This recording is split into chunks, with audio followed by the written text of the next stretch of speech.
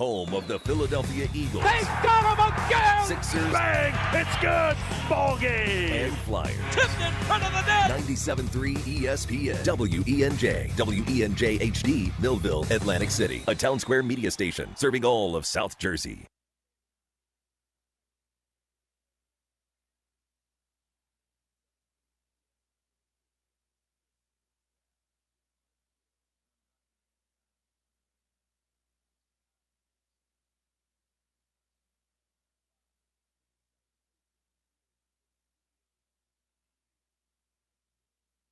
Hurts puts Brown in motion. Hurts takes the snap. Here we go. He steps up. He looks. He fires. It's incomplete. It's incomplete.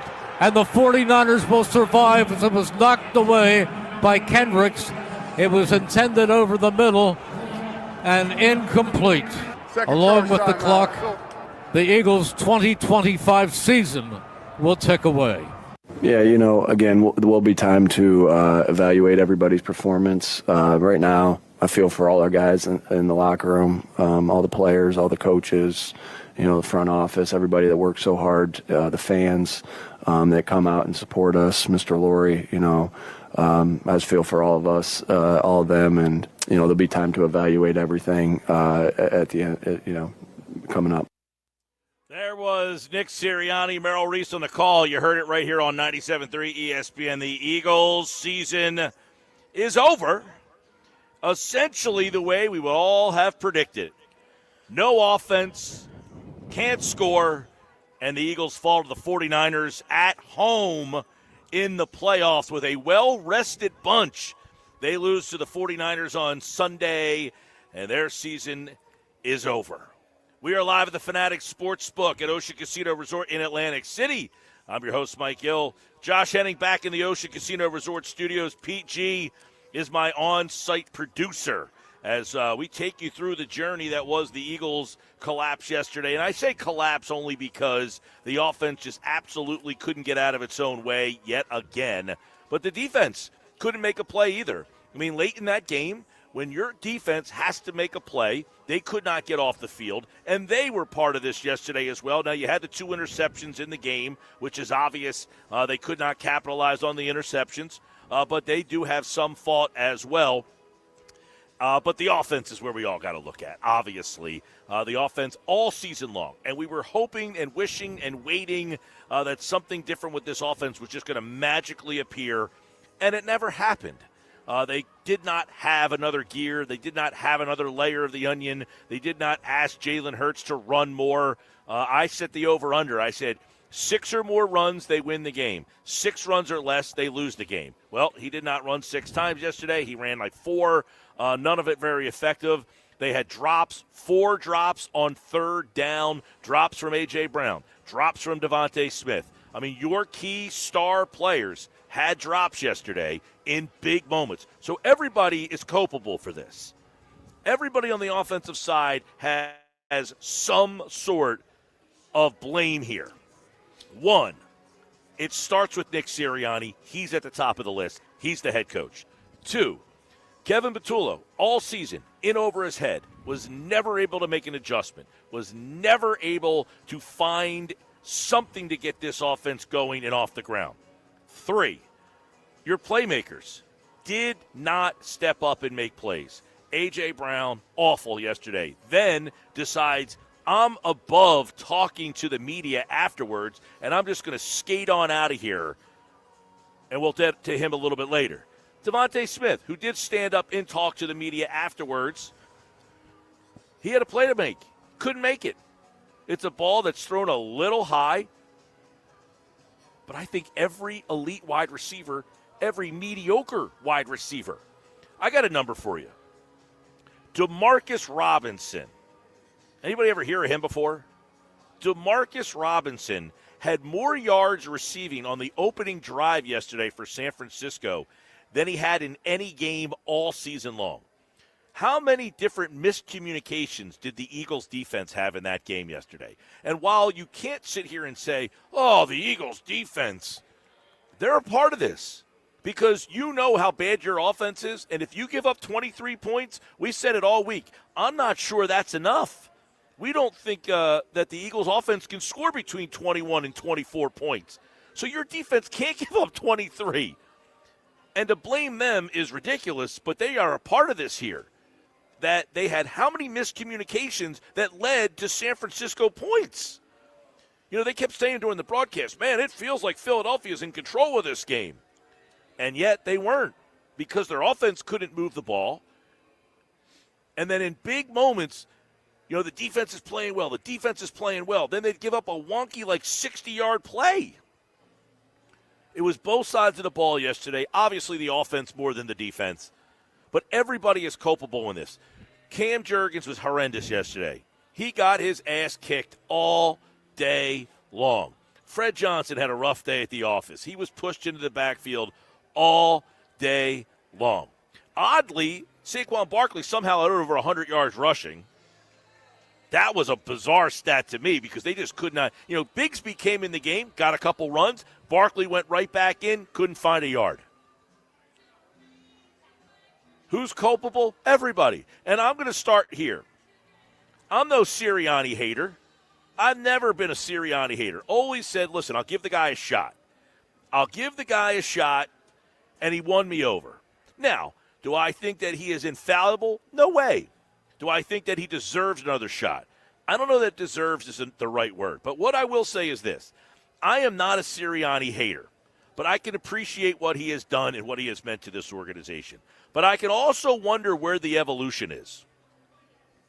It's a fast-moving world. Things change fast. Has he changed at all? You know, I'm sure Jeffrey Lurie has to be contemplating today, where are we? You know, Lurie famously said, I want to be 5 years ahead of being 5 years ahead. He hired Chip Kelly. He saw 3 years into the Chip Kelly thing that Kelly was getting figured out, so he moved on from Kelly because Kelly was bad in the locker room. His offense was getting figured out, so they moved on. He hired Doug Peterson. Doug Peterson won a Super Bowl. But that didn't mean Jeff Lurie didn't see enough growth after the Super Bowl to say, you know what? It's time to move on. He hired Nick Sirianni. And he hired Sirianni, a guy that nobody had on the radar. And Sirianni wins him a Super Bowl. Well, here we are a year later. Jeffrey Lurie has to be wondering, did I get? You know, it's like in baseball. Did I sign the free agent during his best year? Am I ever going to get the 56 home run year again? Probably not. Jeffrey Lurie has to be wondering right now, did I get the best year that I ever got out of him? Am I ever getting that again? I'm not asking for Sirianni to be fired because of cause. I'm just wondering if it's evolution. In an ever-changing league, what we saw yesterday is this. The Eagles had the more talented team. The Niners were better coached. They won with less, and that's coaching. I'm not a big blame the coach guy, but in this situation, Kittle goes down. Ayuk is still driving around Levi Stadium out there making $20 million. He hasn't taken a snap. They were banged up on defense all over the place, and you couldn't exploit them. Kyle Shanahan found ways to get his lesser players open. I kept saying over and over again, they are throwing the ball to their fullback is making plays. The fullback is open. They figured out ways to get him open. How many times do you see games all weekend long? What great games all weekend long? How many times do you see these games and the quarterback goes back to throw and he throws a pass and there's the guy sitting there open? Every single pass with this team, Hurts has to be pinpoint accurate. He's always throwing to someone covered. There's never a time, it feels like, where the receiver's found a little zone and he's open in the zone and he can catch the ball and then run after the catch. It always feels like the throw has to be perfect, and as soon as the pass is caught, the guy gets tackled because the play is so perfect. Otherwise, it doesn't work. Jalen Hurts yesterday 0 for 7 on passes 15 yards or more down the field. Kevin Patullo is at the top of the list, and it sounds like, according to Adam Schefter, that Kevin Patullo will be fired. Here's what Adam Schefter said earlier today. The last time they struggled like this, they went out and they hired Kellen Moore to coach the offense. They hired Vic Fangio to coach the defense.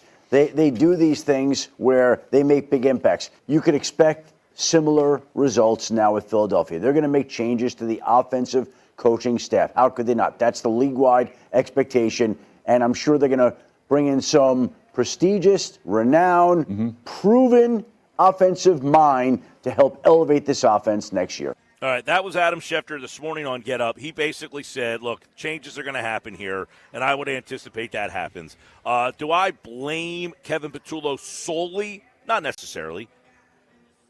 Not necessarily. Devontae Smith said something after the game that was very interesting.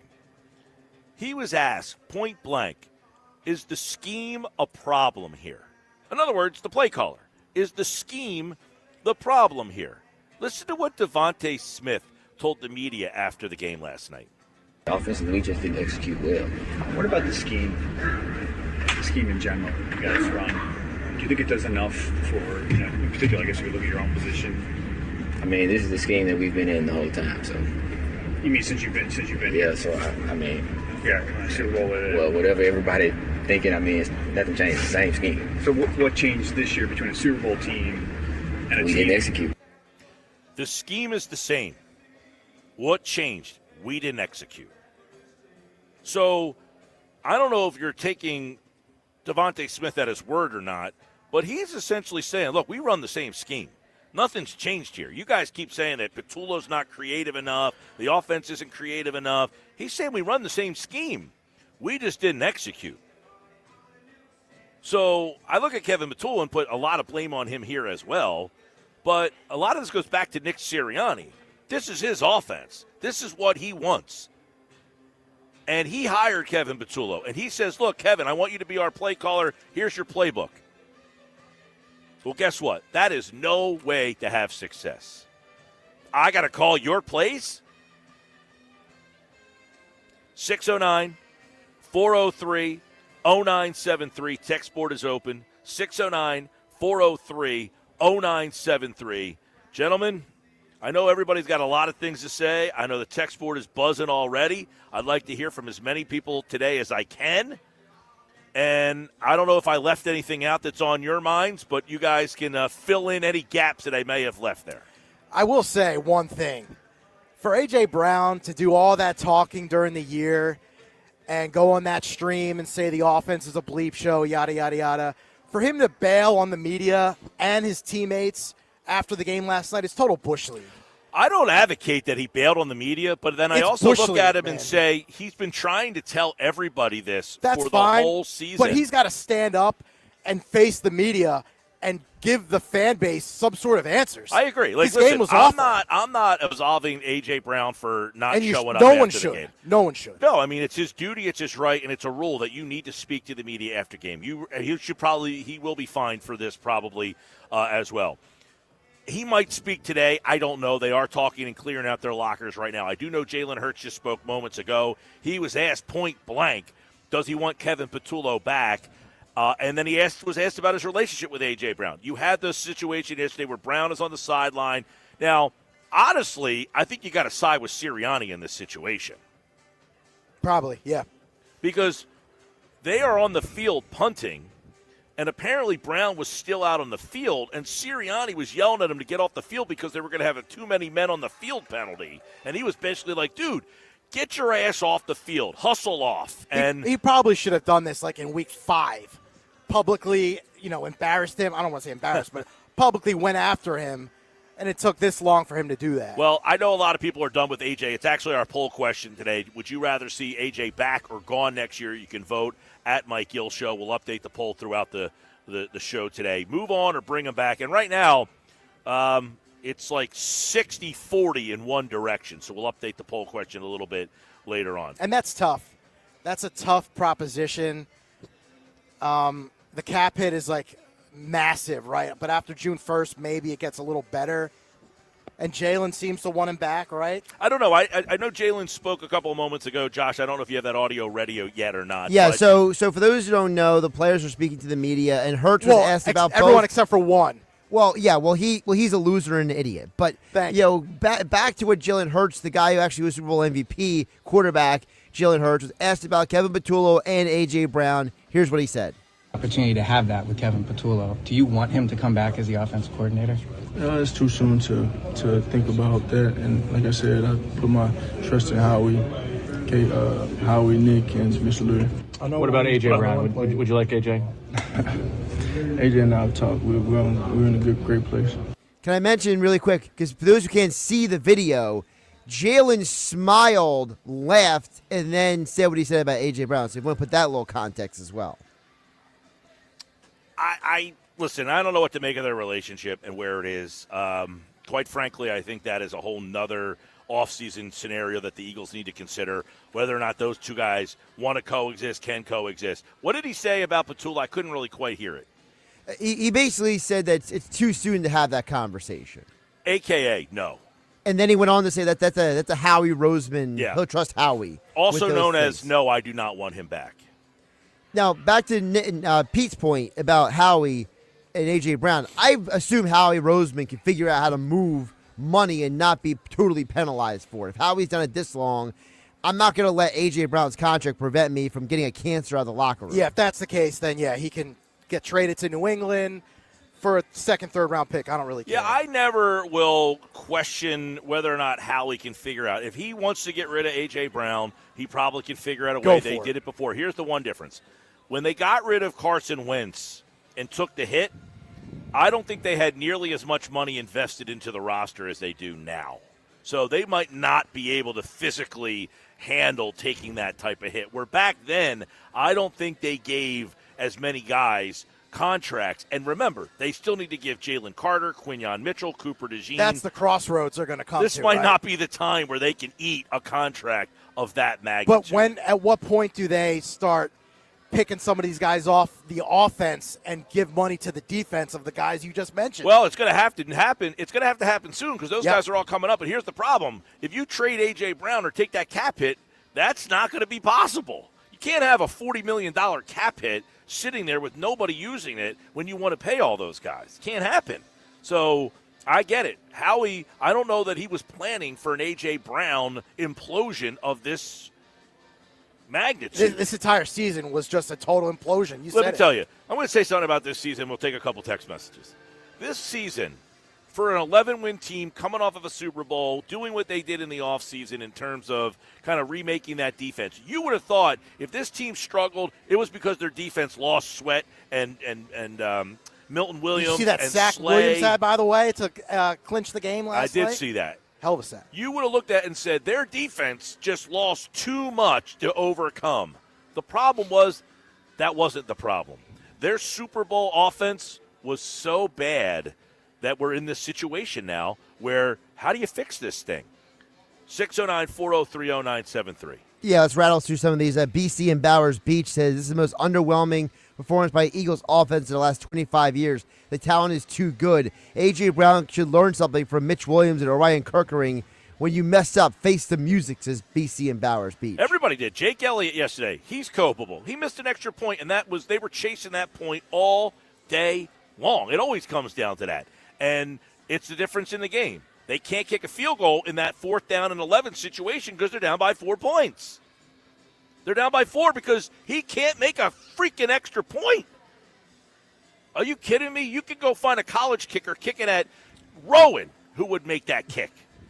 And he misses that kick, and that's a huge moment in the game yesterday.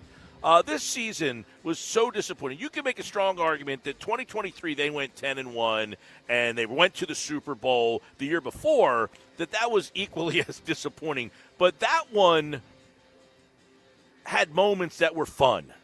That season, you had the game where they shut down the Dolphins. They had the game where they went to overtime against the Bills. They had the game where they beat the Chiefs, a good Chiefs team, a good Bills team. This year, they just didn't have this team wasn't fun at all. They could barely score 20 points a game. Saquon Barkley said it after the game. We didn't put 2 halves of football together in any game all season long. Think about that. Not one game. It's absurd. Not one game. Not one game did you watch where they were entertaining or fun. Not one. Not one. And listen, we have almost become numb to the lack of entertainment from their offense just because they find ways to win. I'm wondering how much more Jeffrey Lurie can handle of we just find ways to win, and that's good enough. What else we got? We also got Brandon in Dennisville. He says, I hate blaming the game on the refs, but that was painful to watch how the refereeing was most of that game. Regardless, we still should have won the game. Alligator arms, A.J. Brown has to go. Patullo needs to go coach Pee Wee football. Please, the Eagles need to consider calling a guy like Harbaugh or Tomlin if they become available. We need a culture change, says Brandon in Dennisville. Well, I would say this to Brandon and everybody else out there. I keep hearing the Harbaugh stuff. Harbaugh does not call the plays. He is not an offensive play caller. And guess what? What did Baltimore struggle with in the Harbaugh era? Offense. Their offense has just been unimaginative. They've gone through coordinators down there left and right. Greg Roman. Munkin. Todd Monken, but before that it was Cam Cameron and Jim Caldwell. They recycle these guys. Right, because Harbaugh is not a play caller. He is not an offensive guy. And you bring in Harbaugh here, you're looking at a guy who's basically a Sirianni. You're hoping that he's a culture guy. You already have that guy You here. can't replace a Sirianni with a Sirianni. Exactly. I don't think Harbaugh is the right hire for this organization right now. Unless, listen, could they get a high-profile play caller? I don't see that happening. The guys out there are like Cliff Kingsbury. He's interviewing for head coaching jobs. Right. Mike McDaniel. He's interviewing for head coaching jobs. Kevin Stefanski. He's interviewing for head coaching jobs. I can't imagine those three guys are going to want to be the offensive play caller for Nick Sirianni. Right, and get bossed around by Nick Sirianni, and Sirianni gives them the playbook. Well, that goes back to the whole That's not going to happen. But that goes back to the Jalen Hurts comment, which is I trust Howie Roseman. When Howie and Jeffrey Lurie have a meeting with Nick Sirianni at the end of the year, how's the conversation going to go? That'll determine everything, right, Mike? I think so, and there's a scenario where I can see Nick Sirianni basically saying, or the organization saying, Nick, we're going to move on from Kevin, and Nick saying no. And then them saying, well, if you're not willing to move on from Kevin, we're going to have to get rid of you as well. Right, because that's what happened to Doug Peterson. That's why Doug got fired. And that's, by the way, Doug Peterson's out of the league. I was going to say, that's also why John Harbaugh was fired in Baltimore. Yeah, but Peterson did get another job. Now he's out of the league. I don't know that Sirianni would get hired in this cycle right away. No, he wouldn't. I agree with you. So the Eagles might say, listen, we like you, Nick, but it's time to change and evolve that offense. We're going to have to give the playbook over to somebody who has a different style of offense because our offense is now being way too predictable, and it's evolved. The league has evolved, and you haven't evolved with it. And does that jive with QB1? That's another whole onion that we could pull back. We are live at the Fanatic Sportsbook at Ocean Casino Resort in Atlantic City. Busy show today, and that is our Eagles' first reaction. Brought to you by First Bank of Sea Isle. This season, score big with First Bank of Sea Isle City. From savings to mortgages, we're on your team, hoping you reach the end zone. First Bank of Sea Isle City, your hometown bank, your winning play. What does Mike McGarry from the Press of Atlantic City have to say about this? Would he move on from Nick Sirianni? We'll get that conversation going. Plus, Grayson's Grades, Sal Palantonio tonight at 5 o'clock. You don't want to miss it. We are just getting started. Your text messages filtered in throughout. 609-403-0973. I'm Mike Gill. This is the Sports Bash.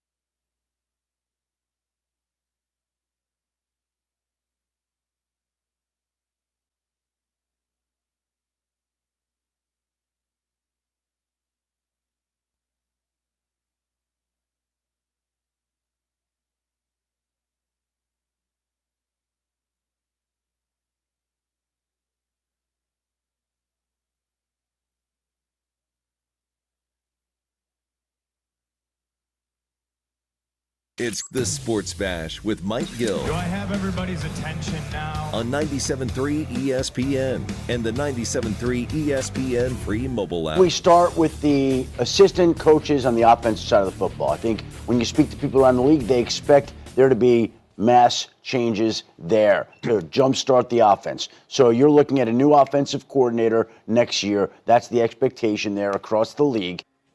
There's Adam Schefter on Get Up this morning. The Eagles were 42-2 under Nick Sirianni when they win the turnover battle. They won the turnover battle yesterday 2-0, 2 interceptions by Quinyon Mitchell, 2 takeaways yesterday in the second half, and they got 3 points out of that. So, are the Eagles well within their rights to make a change at offensive coordinator, or Mike McGarry from the Press of Atlantic City joins us on this conversation? Do the Eagles need to stick with the same coordinator to keep the continuity for Jalen Hurts, who would now be going to his, 8th different play caller? What's the right move here, Mike? Well, the right move is to make a change. I mean, I don't know why you want to keep the continuity of an offense that dies a slow death in the second half of big games like they did yesterday and like they've done so many times this season. So, keeping the same coordinators or not making a change would be akin to like cutting off your nose to spite your face. And I'll go a step forward, Mike. I'd like to see the Eagles take a page from the Philadelphia Phillies book. The Philadelphia Phillies, after some questionable managerial decisions in the Dodger series, bring in Don Mattingly, a guy with being a manager experience. I'd like to see the Eagles go get an offensive coordinator, much like they did on the defensive side of the ball, which has worked out great. Go get a guy with some gravitas, with some head coaching experience. I think that's the direction that the Eagles should go in. Yeah, I mean, what do you look at the talent disparity between Philadelphia and San Francisco? I mean, San Francisco loses Kittle in the middle of the game. Their top-paid wide receiver didn't even show up to the game. They're basically playing with the 5th, 6th, and 7th linebackers in that game. That gives you a big indictment on the fact that Shanahan and Saleh won the battle against basically Patullo and Sirianni. Yeah, I would agree with that, but I would just say a couple things about that. First of all, the 49ers offense that we saw yesterday is basically the 49ers offense that we saw in December, basically from late November to December, with the exception of that Saturday night game against Seattle. It was an offense that was really rolling and putting some points up on the board. So I know that they didn't have some of their bigger names on the offensive side of the football, but they did have Purdy and they did have Christian McCaffrey, and that proved to be enough. And obviously the coaching that Shanahan and Saleh did yesterday, there's no doubt that they got, they out-coached the Eagles. But I think it's a reasonable, Mike, to ask, is it all on the coordinator? Or did Jalen Hurts take a huge step backwards this season? Did A.J. Brown with 3 drops yesterday, did he take a huge step back? Did Saquon Barkley take a step back? Did the offensive line take a step back? I think it's a legitimate question to ask.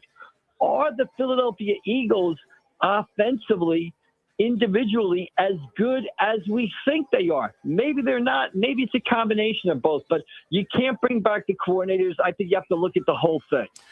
Is it plausible in your mind, Mike, that Jeffrey Lurie says, look, Nick's done a great job. We won a Super Bowl here, but how much have we really evolved? And then he decides, you know what? This isn't because you're at fault, but is it plausible to say not enough evolution? It's just time to move on. It's time for the evolution of our organization. Yeah, I can't see that happening. The guy has been to 2 Super Bowls. He won a Super Bowl last year. His past success, in my mind, earns him, the right to stay. Now, do changes have to be made on the coaching staff? Yes. Do changes have to be made in that offense? Again, I'll go back. They brought in a guy in Vic Fangio, experience as a head coach, great defensive coordinator. That's worked great. Find me the offensive equivalent of Vic Fangio. Find me a former head coach who can come in here and sort of liven this offense up. Because right now, the easy thing is to point at the coaches, right? The offense dies in the second half, which says to me that the other team has made some adjustments and you haven't made the adjustments. And people who look at video and film and the Eagles play calling, talk about the design of plays, how they don't work, how they, ran the same play again and again yesterday and it didn't work. So obviously there's a lot there, but I don't think you can throw the bathwater out with the bath. This is still a team that won the Super Bowl last year, won the NFC East this year, won 11 games. You have to remodel, not completely rebuild. Mike McGarry from the Press of Atlantic City, pressofac.com. One of the big things is you mentioned the drops. You had A.J. Brown, a couple, the big one from Devontae Smith, all on third down. So I do agree that there is a pie chart here of culpability, but it's been the offense all year, Mike, right? There wasn't a game all year where their offense was fluid. I mean, Saquon Barkley said it after the game. He basically said, we didn't put together two halves of football the whole season. And one thing Devontae Smith said last night was, it's the same scheme. We've been running the same scheme since I've been here. We just didn't execute it. And that's why you wonder, if Nick Sirianni is unwilling to change the scheme, how does this thing evolve? Well, that's why, to me, you go out and get a guy who's an offensive guy who's been a head coach, who can come in here and get the job done. It's worked in the past. Who can help the Eagles evolve? It's worked in the past when they brought in Stefanski, when they brought in Kellen Moore. It led to a Super Bowl last year. So obviously it can be done, but you need to get a coach in here to help you evolve. I mean, it's okay to point out, yeah, the Eagles' offense has not evolved in the past couple of seasons. They need to take a step forward, get a guy in here who can. Again, I just point to, they did it with the defense. They did it successfully with the defense. Fangio came in, changed the culture of the defense. The defense was tremendous yesterday.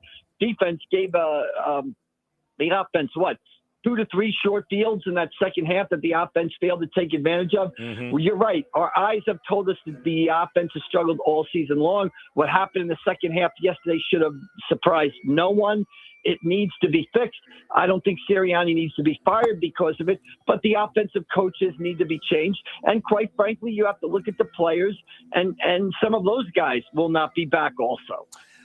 I'm talking with Mike McGarry from the Press of Atlantic City. Yeah, listen, I looked at it as the reason why you don't hire Patullo is you needed to find your Vic Fangio for offense. The problem might be, they brought in Kellen Moore, but he's got to run Nick's offense. Right? I mean, Kellen doesn't get to run Kellen's offense. He has to run Nick's offense, which is what Devontae said yesterday. It's the same scheme. So whether you bring in Mike McDaniel or Kevin Stefanski or Cliff Kingsbury, you wonder, are they going to get the autonomy to say, Nick, your high school offense is no longer going to be the Bible here? That, I think, is where this organization really has to get to the crux. Yeah, I mean, a couple of things, and I don't know how much you analyze this or something else.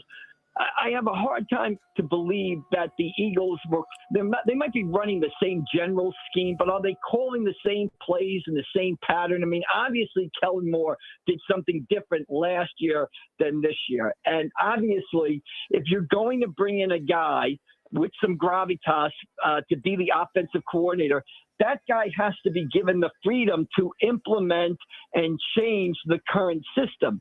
If he's not, if you just bring a Mike McDaniel in here and tell him to call Nick Sirianni's plays, that's not going to work.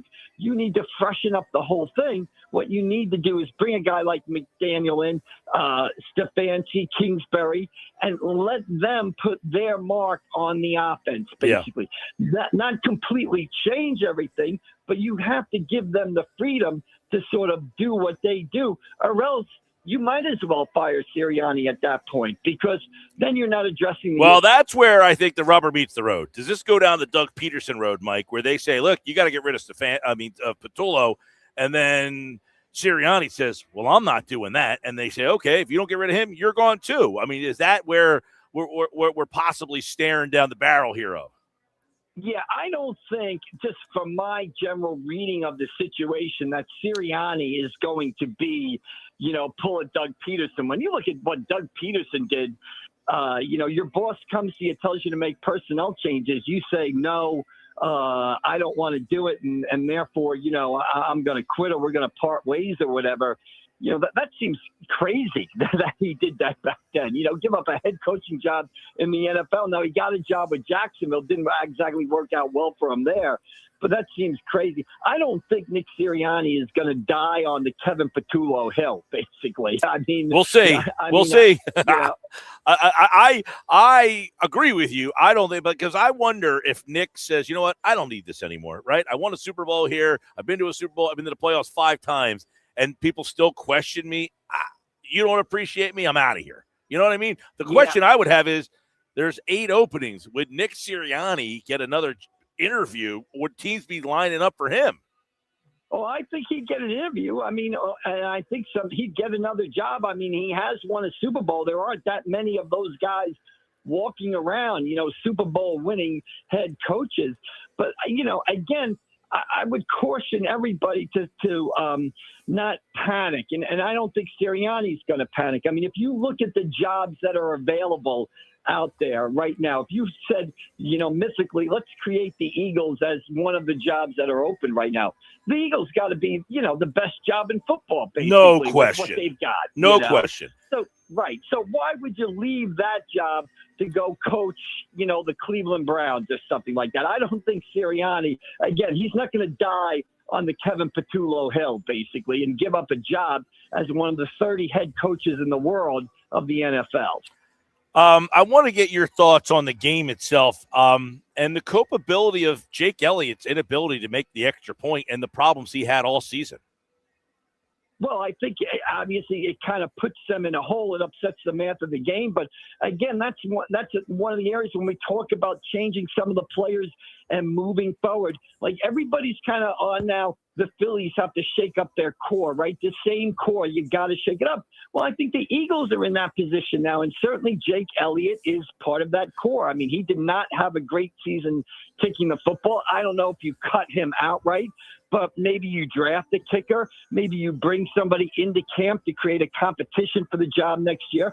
Yeah, I think in addition to seeing some changes in the coaching staff, I think you're going to see some changes in player personnel, Mike, not only because of a slippage of performance, which is what you see in the case of Jake Elliott and some of the guys on the offensive line, but also you're not going to be able to afford a lot of some of these players, especially on the defensive side of the ball. Nakobe Dean might be gone. So you're going to see some changes here. What is happening to the Eagles a little bit is the NFL system, salary cap system is going to start to grind on them a little bit. I agree with that, too, because a lot of people talking about A.J. Brown and what to do with him. That's a huge cap hit. So I don't know if it's a fait accompli. Most people think he didn't talk. He's out of here. Most people are saying, Mike, they're done with him. I don't know how that gets done. Yeah, again, you brought up the huge cap hit. Again, I think now, less than 24 hours after they've been eliminated, I think a lot of people saying, well, this guy's gone, that guy's gone. I think everybody needs to take a deep breath. Everybody needs to take a step back, let a week or two pass and see what's going on. However, having said that, it certainly would appear, cap hit or no, that A.J. Brown's time with the Eagles has come to an end. Just too much drama on a continuous basis this season and not enough performance to sort of offset the drama. All right. Well, Mike, I don't know if you've noticed, there's always drama around here, right? Well, that's why we're in business, basically. But again, I would just go, and far be it for me to be the voice of calm when it comes to the Philadelphia Eagles. This is a team that still won 11 games, won the Super Bowl last year. Does changes have to be made? Yes.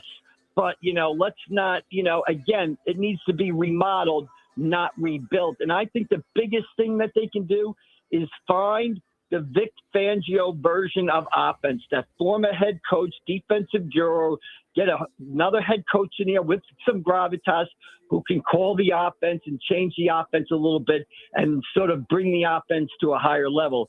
I think that's the biggest change, but you're going to see some player changes too. This core needs to be freshened up, and some familiar names like a Jake Elliott, like an A.J. Brown might not be on the roster opening day of next September. The most expensive offense in NFL history could not put up 24 points yesterday and all season, essentially, and they have been eliminated. Mike McGarry for the Press of Atlantic City, pressofAC.com, back on Wednesday when I'm sure we'll hear from Nick and more. There could be some movement. Keep it locked. Thanks, Mike. All right, Mike, we'll see you down the road. Thank you. Mike McGarry, as always, is brought to you by Broadleaf's Plumbing, Heating, and serving South Jersey since 1911, keeping your home comfort game day ready this season, and the season is over. So we're picking up the pieces at the Fanatic Sportsbook at Ocean Casino Resort in Atlantic City. Grayson's Grades in 15 minutes. On the other side, the poll question, we'll get it up to date. Here it is today at Mike Gill Show. You can vote. The season has ended. Are you ready to move on from A.J. Brown, or do you want him back? Vote at Mike Gill Show. The poll stays open throughout the day. Right now, 63% are going one way, 37% are going the other way. We'll update that coming up next here on the Sports Bash.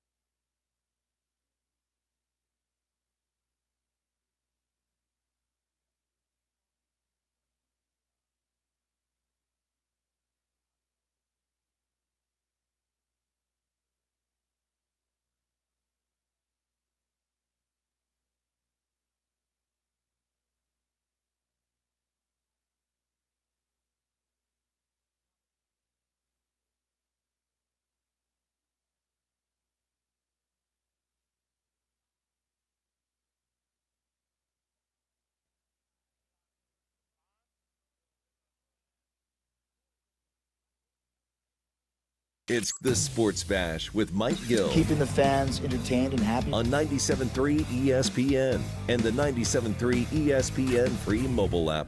It was embarrassment yesterday, and we all saw it coming. We used the word coaching malpractice probably a little too often. Yesterday was in Philadelphia. I mean, everything that we have said this season about this offense. Number one, you're predictable. Number two, you don't throw the ball over the middle of the field. Number three, you're not under center enough and using play action. And then when there were plays to be made, guys just didn't make those plays. That was Dan Orlovsky today talking about coaching malpractice. He said, we use that word too often, but in this instance, you can use it, and I have no problem with that. I will say this. It's easy to go after Patullo. I don't like Patullo. I thought he was the wrong hire. I don't think he's the number one culpable guy in this game. Like, if you want to go on an hour-long expository about what happened in this game, I still think the players are at higher fault in this game because they did have plays to make and they didn't make them. If Devontae Smith catches that ball, did the Eagles win the game? They probably will score, yeah. If Jake Elliott makes an extra point, could be talking about overtime. Will Jake Elliott make the game-tying field goal? That's up for debate. But there were a lot of plays while you could say, hey, the coaching staff held them back from scoring maybe 30 points. They had plays to make that they could have won that game. Do we agree on that or no? Yeah. There were numerous plays. Right. So while I think the coach holds them back, I don't think he's the reason why the number one reason why they lost the game. I would just say that it's the idea that, we like to joke that when Jason Kelce said it's the whole team, but the whole team also includes the coaching, right? Mm-hmm. So it's a symbiotic relationship where the players and the coaches all have to be on the same page. And I don't know about you guys, but I counted at least 6 times where the players did not know where they were supposed to set up. They didn't know where they were supposed to be. Hurts is telling guys to move around, and the coaches are just sitting on the sideline and look dumbfounded. Well, I don't know what goes into all that. So for us to kind of sit here and point those things out, you don't know what's going on. Are they changing the play? Why they're doing this? Why they're doing that? I'm just talking about penalties. Darius Cooper with a holding penalty. There's a guy who barely plays, who, by the way, did have a pretty nice catch earlier in that game. But he's a guy who barely plays. He gets called for a holding penalty. Why is he in that position right there? Multiple times throughout the day, you have penalties. That team, San Francisco, with lesser talent, backup guys who don't play all that much more discipline yesterday. And Cam penalties Jurgens, have been a problem for this penalty. team all season long. Which one? Cam Jurgens' penalty, the holding penalty that I think negated. Yeah, that was a weak penalty. That was a weak hold call. You think so? Oh, I thought. Well, the 49ers said chokehold our guy later. The they didn't call it. Yeah, I don't like to hear that, though, where it's like, well, their guy did this. Now you sound like these political buffoons. Well, their guy did this. Well, he did that. Well, he did. Am I going to lie about it? Yeah, but we could go through that on every single play where it's like, well, he called that. Well, he called that. Okay, there's missed calls all day long, but the call that was on Jurgens I thought was pretty weak. Reed Blankenship. The Reed Blankenship one was real weak. He had a bad game. I thought a defensive pass interference call that they missed on Dotson. Yeah. But I think it's because it's Dotson.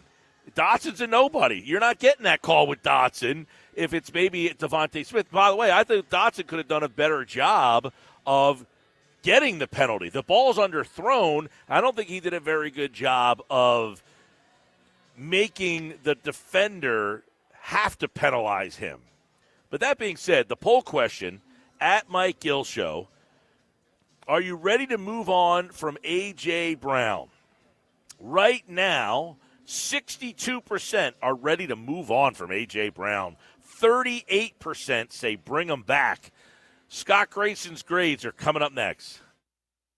It's Sixers Raptors tonight on Rock 104.1. Are you kidding me? With the voice of the Sixers, Tom McGinnis, calling all the exciting play-by-play action. George down low into a cutting Edgecombe. Oh, my, a two-hand hanging slam by Edgecombe. The Sixers have taken the lead. It's Sixers basketball tonight. Coverage begins at 7:30. It's Sixers basketball on South Jersey's classic rock station. 3-ball, bang, it's good. Rock 104.1.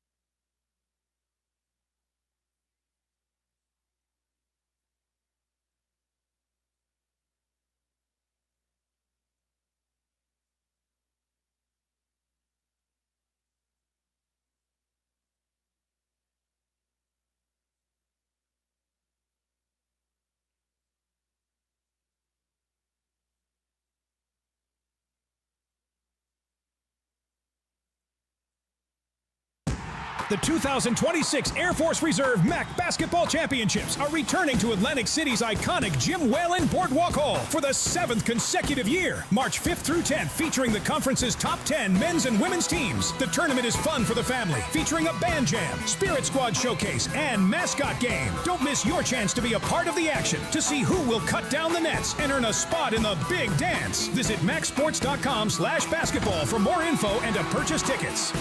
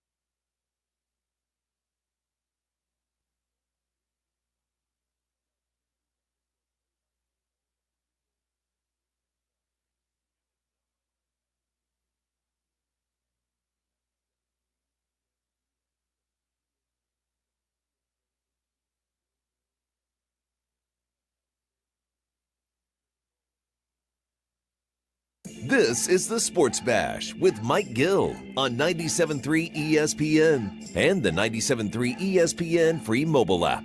Now live from inside the Ocean Casino Resort studio, here's Mike Gill. I think you might end up seeing a situation where maybe he is looking to move on. I think the team might also explore what can we get for him.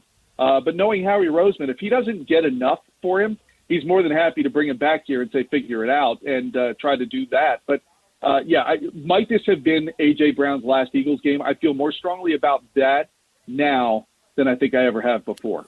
That was the voice of Scott Grayson from Fox 29 and Grayson's Grades. He was on ESPN Radio's Game Night talking about A.J. Brown, and now it's time for Grayson's Grades.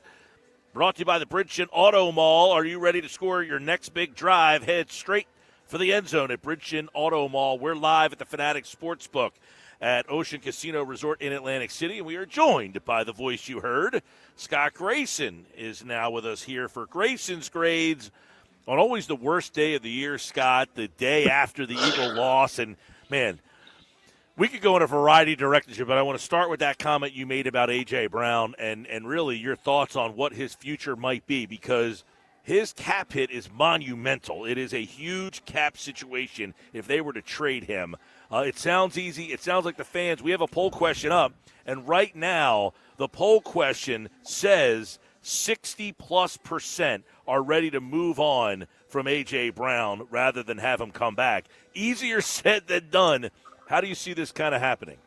Well, you mentioned the cap. I think let's start there because the cap is Howie Roseman's Bible, if you will. I mean, he lives and dies by it. And so anything that hurts the cap is likely going to be something that he is going to, perhaps try to avoid. And if he was to move on and have to take a cap hit, he's going to want a lot of stuff in return. Probably, that's why I said kind of last night, if he doesn't get what he's looking for, he's going to bring him back. Now, you have to ask yourself, can A.J. Brown and the Eagles exist in the current state? I don't think they can. If you listen and look between the lines, I think there's signs, right? Jalen Hurts said after the game that he and A.J. are in a good place. That's fine. I think the issue is A.J. and the offense.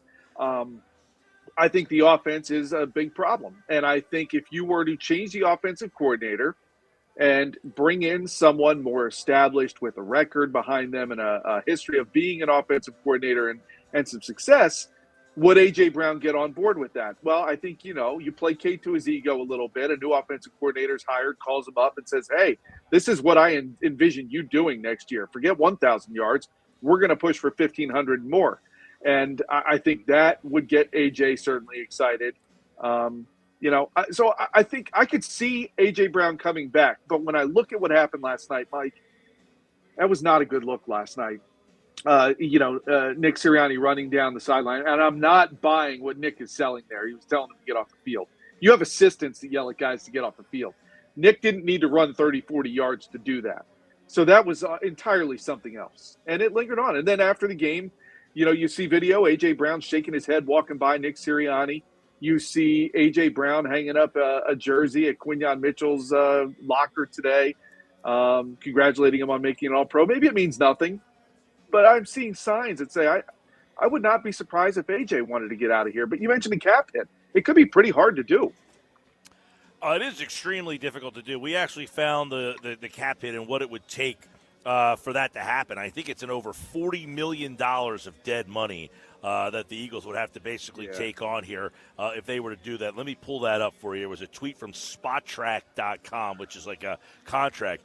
The 2026 cap hit for A.J. Brown would be $23.4 million if he gets traded to the team he goes to. The dead cap hit for Philadelphia would be $43.5 million. Now, they did this with Carson Wentz, but the difference, I think, is at that time, they had not had as much money invested in the rest of the team, so they could afford to take that kind of cap hit on because they weren't paying Devontae Smith, Saquon Barkley, Jalen Hurts, and a variety of other guys. Look, this is the most expensive offense in the history of football, and this is the result of what we got, barely 20 points a game. Yeah, and you're going to have some guys on the defensive side now that are going to be due to get paid here in the near future as well. And so you can't afford, dead cap money when you're trying to pay other guys. That's why I made the comment I made last night based on things I was seeing and feeling.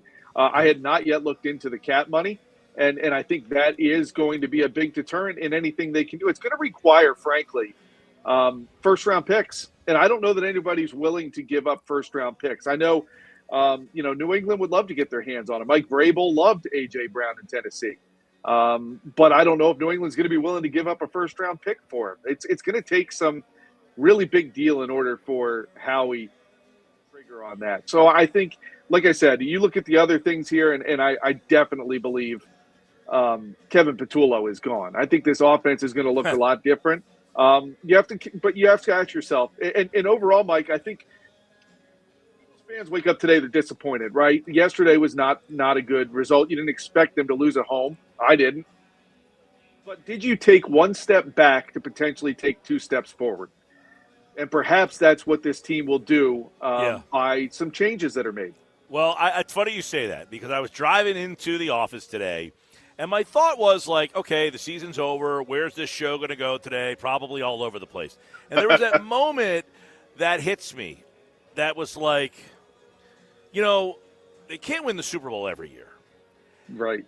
And if they win the Super Bowl this year, do you then say, oh, they got to win again next year?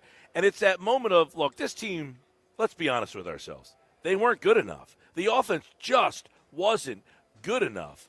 And it's like maybe what you said. They need to lose this game today or yesterday to really make the tough decisions that they really need to make. Because the evolution of this team, this is where I want to get your take on. And I don't know what grade. Let's see. You gave AJ a C, by the way, which I'm actually pretty surprised by. I think you're being a fair grade, a very lenient grader on that. But you went to Sirianni and gave him an F. And I said this at the beginning of the show, and this is where I want to get your take on. The fact that, do I see Sirianni as a problem? I appreciate what he's done. I'm not a Sirianni hater. I like Nick. I appreciate what he's done. But I can also wonder, Jeffrey Lurie, this is a fast-moving world. Things change. And has Sirianni evolved at all? Whereas Lurie's saying, look, the league is moving. It's moving. We haven't evolved at all. We won a Super Bowl doing what you did, but people have now caught on to that, and you're not evolving and changing it. It's time for us to evolve. Like, you gave him an F, but can you see a situation where Jeffrey Lurie says, you know what, we won our Super Bowl, and it's like the free agent baseball player. Do you want to sign that guy after he had his best season of his life? Is he going to duplicate that season? Did you already get Nick Sirianni's best season that he ever had? Those are good questions. And I said this on game night last night as well, Mike. Nick Sirianni is 95% back. What is the 5% that he's not? I also said one thing that Jeffrey Lurie and Howie Roseman have done really well in the past is they don't make the knee-jerk reactions. They don't react in the moment of the emotion of last night, even into today. They will have meetings. They will have discussions. They will make demands. Are we in a situation where they demand that Patullo goes and it's back like it was with Peterson, which they didn't hesitate to get rid of Doug Peterson because he didn't want some guys to go? Is that what's going to happen? I also made the comment last night on game night that there's one guy out there, big rumors are strong, that you might be coaching against John Harbaugh in this division twice a year going to the Giants. Or it's a much more attractive job. Do they reach out to John Harbaugh? Let me ask you about that, has a history here. Is Harbaugh, though, the right guy? Isn't he essentially a more, as accomplished Nick Sirianni? I mean, he's not a play caller. His problems in Baltimore have all stemmed around the offenses not being good enough. So you're going to bring John Harbaugh in here, who was a CEO coach with not a lot of offensive background. I mean, I know Harbaugh is an accomplished guy. He's won a Super Bowl. So has Nick. And he was there for 18 years, won one Super Bowl. I don't know. I mean, to me, I don't know that he's the right fit for what this team needs. Well, there's also I would say either him or Stefanski. Because Stefanski does give you that offensive mind, right? That if that's what you really deem to be the problem, and here's where I will put Nick on the line as well. I gave him the F, by the way, because you stood by the fact to sit those guys. So, by the way. Deservingly so on the F. Yeah, you sat those guys and didn't go for the 2 seed, basically saying we were all in on rest and winning this game. Well, you didn't win, so therefore the decision to not go for the 2 looks like the wrong one. So that's where I went with that. Now, the other issues I have with Nick, offensive guy. Your background is on offense. All season long of the collapse in 23, right? The defense was the biggest problem that year. And the offense, had its issues, but the defense was the biggest problem. You come into this year, the offense had its problems, and Nick, as an offensive guy, never fixed it. Never tried. I mean, he did try to go in there and get a little more involved, but you saw what you saw yesterday in key moments, bad plays called. I saw creativity in the first half, and one thing I never saw all season long was a 4-quarter game from this offense. You can give me the Minnesota game, fine, 1 out of 17 or 18 games, not a good percentage. They could not adjust. Patullo could never make a halftime adjustment that really worked out at all here. They just continued doing it. So I say, Nick, you had an opportunity to fix that, to guide, to help. You didn't. It didn't get corrected. So, do I think Nick is back? 95% sure he's back. But this team has shown that they're not afraid to get rid of a Super Bowl winning coach in the past. Mm-hmm. And if they think the situation is right, if they're afraid the same thing could happen again, he's been to 2 out of the last 3 Super Bowls. He's also had 2 first-round playoff exits in 3 years that he shouldn't have had. Well, and that's where you wonder, where the Eagles say, look, he'll learn from these mistakes and we'll build off of them. Or, you know what? This team hasn't evolved much in the 5 years. We got the best five, that these are 5-year windows. And in our 5 years, we got one Super Bowl, went to another one. It's time to evolve to the next incarnation of what the Philadelphia Eagles are. There's a lot of buzz and murmurs around Kevin Patullo. You gave him an F with a lot of reason. But I want to get your take on Patullo, first season as the coordinator. I did not like the hire because they won the Super Bowl. They handed the keys to the car of a team that won the Super Bowl and said, hey, first-time coordinator, go for it. Devontae Smith said after the game, it's the same scheme. We're running the same plays. It's a lack of execution. Is it prudent to move on from the coordinator or try to let him grow in year number 2 and keep the continuity? Here's the problem. You are, by self-admission, by Jeffrey Lurie and Howie Roseman, wanting to be, and perhaps, the gold standard. Well, if you're that, you don't have time to wait for guys to figure out how to get the training wheels off. And I think when you look at this team and this car that he got the keys to, he was the best option available at the time in their mind. They had to wait till the end of the Super Bowl to figure out whether or not Kellen Moore was gone. By the time that was done, that coaching cycle was over. They had to do whatever they could at that point, which was pretty much promote from within. They gave him an opportunity. He did not excel at that opportunity. You look at this now and you say, look, I've got a really expensive, talented, on paper, offense. I need to find the right guy to drive this machine.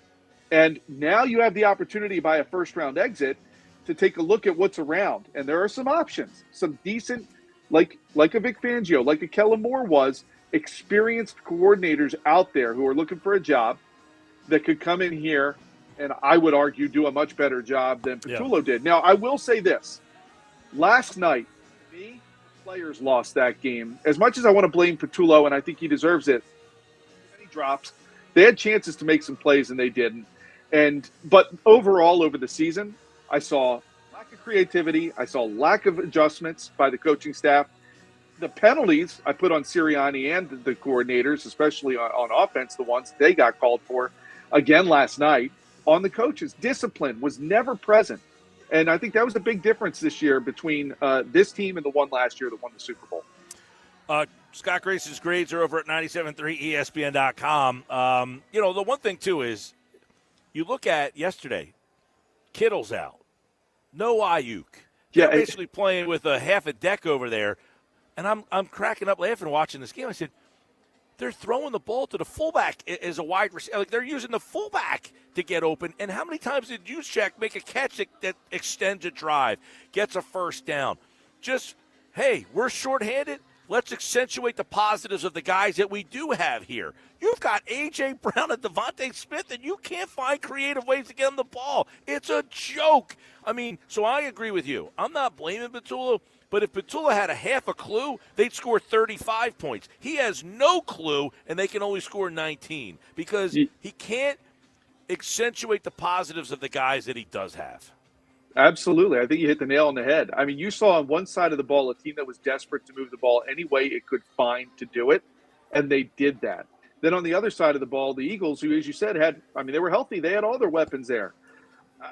You just were unable to come up with big plays at the right time. And ask yourself, Mike, looking back, again, a comparison from last year to this year, as well as a comparison between how the 49ers won the game versus how the Eagles lost it. Did the Eagles have any explosive plays last night? One 29-yard run, I think, from Saquon Barkley. I was going to say, not in the pass game. So in the Niners, meanwhile, they had the 60-yard play. They had, they had two big explosive and listen, plays. I will say this is where the defense, as much as you don't want to blame the defense, they've carried you all year, and they didn't lose them the game. Much like the Denver game, Denver's a team that's a Super Bowl champion. You have them down 2 scores in your own building, and the defense couldn't hold that lead. Last night, same situation. This is a game where you have the lead. It's late in the game. You finally go up in that game. You finally have a situation, and they went right down the field on you, and they get that trick play that ends up scoring them the touchdown to give them the lead again. And they got 2 interceptions, which turned the ball over, and you only scored 3 points off of those turnovers. But in the end, how many miscommunications did the defense have yesterday? They gave up 3 plays of over 50 yards yesterday. They got very little pass rush against an offensive line that is not very good. They're playing against a team that's essentially got nobody you've ever heard of before. Then they lose Kittle in the middle of the game, and you still couldn't get the stop when you need. It was very reminiscent of the McNabb Dawkins years, where you had this great defense and the offense always had like no wide receivers and they couldn't score, but the defense always let you down. Like Jaravicious catches the pass, and like it felt like that yesterday, where the defense has carried you and you don't want to point your finger at them, but you also know you can't have a breakdown like they did if you want to try to win that game. So the fine line is so small, but I felt like the defense came up a little small for as fine of a line as they know they have. Well, you had 1 sack, and that's not good. Jalen Phillips didn't even record a tackle in the game. So, as good as we were looking forward to seeing him, he did not. That defense, certainly you can criticize certain aspects of it. At the end of the day, I look and I say, you brought it up. They forced 2 turnovers. And your offense got 3 points total off of it. The offense had the opportunity.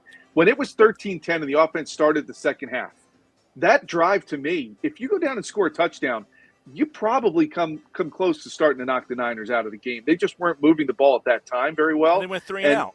And they were, and the Eagles went 3 and out. And so there were opportunities. And I look at this and I just think, my thoughts, Mike, ranged from after the game to disappointment to kind of shock. I think the players were also very stunned after the game. And then I went to a place of some of the best years that we've had at the Super Bowl when we've been out there at Radio Row have been after these kind of 23. We talked to Britton Covey about what happened. We had the new offensive coordinator named while we were out there and talked to him about that. And I'm looking forward to seeing what Eagles players are going to be floating around Radio Row after 3 weeks, what kind of answers they've gotten to reflecting on what happened here, and also tapping into some of the great people we talked to out there for some knowledge. I think we're going to get a lot of great insight, and I'll be curious to see what we're talking about in 3 weeks that has changed with this team. I agree. Grayson's grades are up. By the way, last grade I want to get to is the D. Jake Elliott. He is signed. They gave him an extension. But do you have to think about a change at that position? He had a bad year a couple of years ago, and then he kind of came on in the playoffs. I just read something about Jake Elliott, which blew my mind. He is the worst extra point percentage in playoff history by far. He only makes 72% of his extra points in the playoffs. How do you make only 72% of the extra points? I mean, that was a kick. I know they moved it a couple of years ago, but that was like a 99.9% kick. I mean, you should be at 90% on the extra point. He's at 72. The next closest guy is like 86. Yeah, I'm definitely bringing in some competition. Listen, I love Jake Elliott. Love talking to Jake Elliott. I think he has been a great kicker for this team, made some big kicks. But I think you need to send a message to him and bring in some pressure. He understands he's not doing his job. He'll be the first to admit that too. And I think you got to bring in some competition in camp. I'm not saying you cut the cord right now, but if you find somebody who's pushing him and beats him, I think you've got to consider making that move. He is the he's been here from 17 through. I mean, he's been all of these things, but. Here it is. He is statistically the worst extra point kicker in NFL playoff history by a large margin. He is 31 of 43 on extra points, 72%. The second worst is 86%. I mean, how different is that game, though, if he makes the extra point and you kick the field goal on 4th and 11 and you're anticipating he makes the field goal, but – I mean, he did make a couple afterwards, a chippies that he made 2 down the middle. So you're anticipating that he makes that, but at least puts you in position to kick the field goal on 4th down and 11. Yeah, and that's where I kind of I thought they'd go for 2 when they got the second touchdown to try to get that point back. You felt like they were going to be chasing that point all night. So I wondered if when they got the second Goddard touchdown, I knew it was early in the game, but rather than give him a chance to go out there and miss another one, which could have even put you in a worse spot, I thought Nick might take that opportunity at home, momentum kind of on their side, to go for 2 and not have to chase that point later in the game. you can play the what if game all you want. Like Well, you and the pointed other out, the Niners were down so many linebackers. They were missing one of their best weapons on offense as the game played on, and you couldn't capitalize on any of that. There were plenty of opportunities to win this game many other ways, and they didn't do it. Nope, and it's a team that doesn't get a. They were, the worst pass rushing team in the NFL by a large margin, and you didn't take advantage of that. The other thing was, last point we'll make here on Grayson's grades was they had to call a timeout. Where once you called that timeout on that fourth down play, that ended the game. If you didn't get the fourth down, at least if you didn't convert and you had all three of your timeouts, you could have at least got the ball back. I know with very little time. Maybe you block a punt. You've had some crazy things happen this year. Maybe you return a punt for a touchdown. Maybe, who knows? But when you called that timeout, that ended the game if you didn't make that fourth down conversion. So that was another thing that and we talk about Sirianni a lot and that he doesn't make those mistakes. He manages the game generally pretty well. He uses his timeouts well. That was one yesterday that I was thinking, what are you doing there?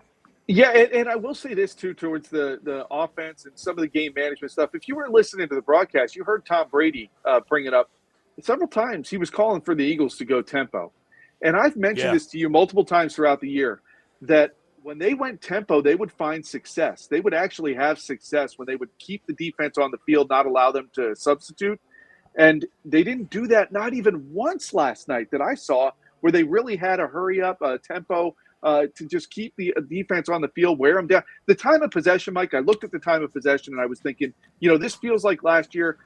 Defense worn down. Saquon's going to break one and put it away.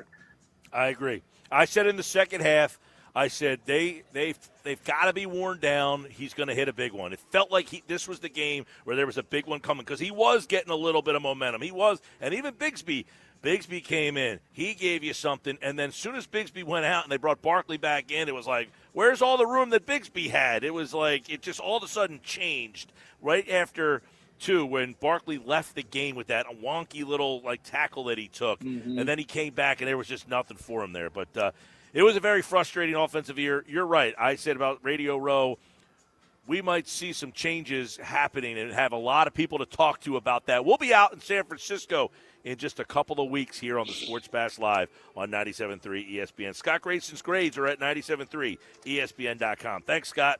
No problem. Always a pleasure, Mike. Thank you.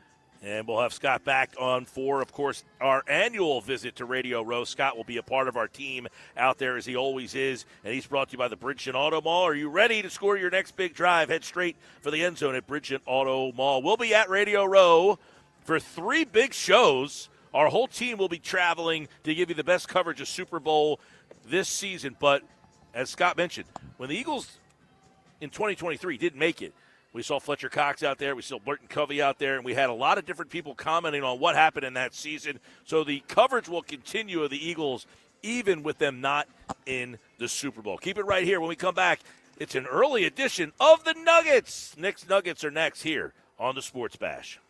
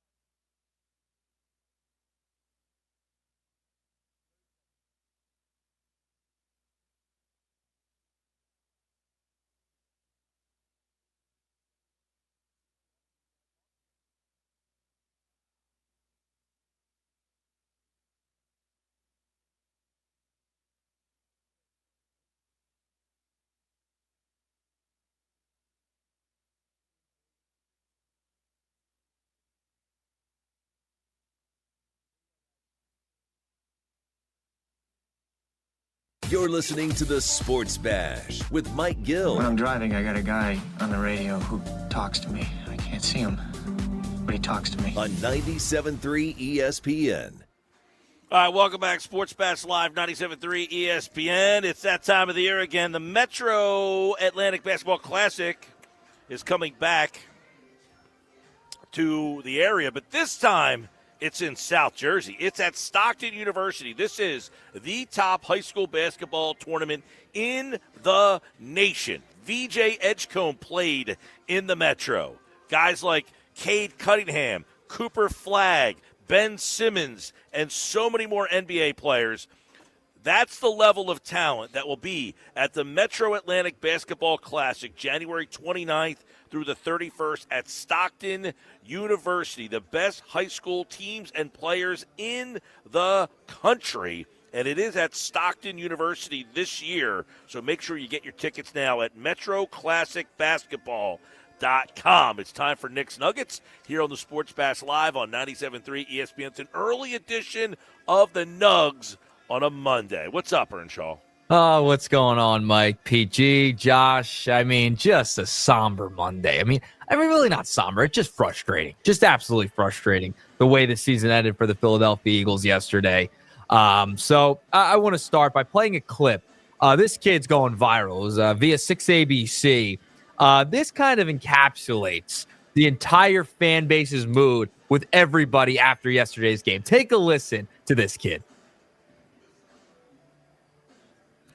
Hold on, Nick.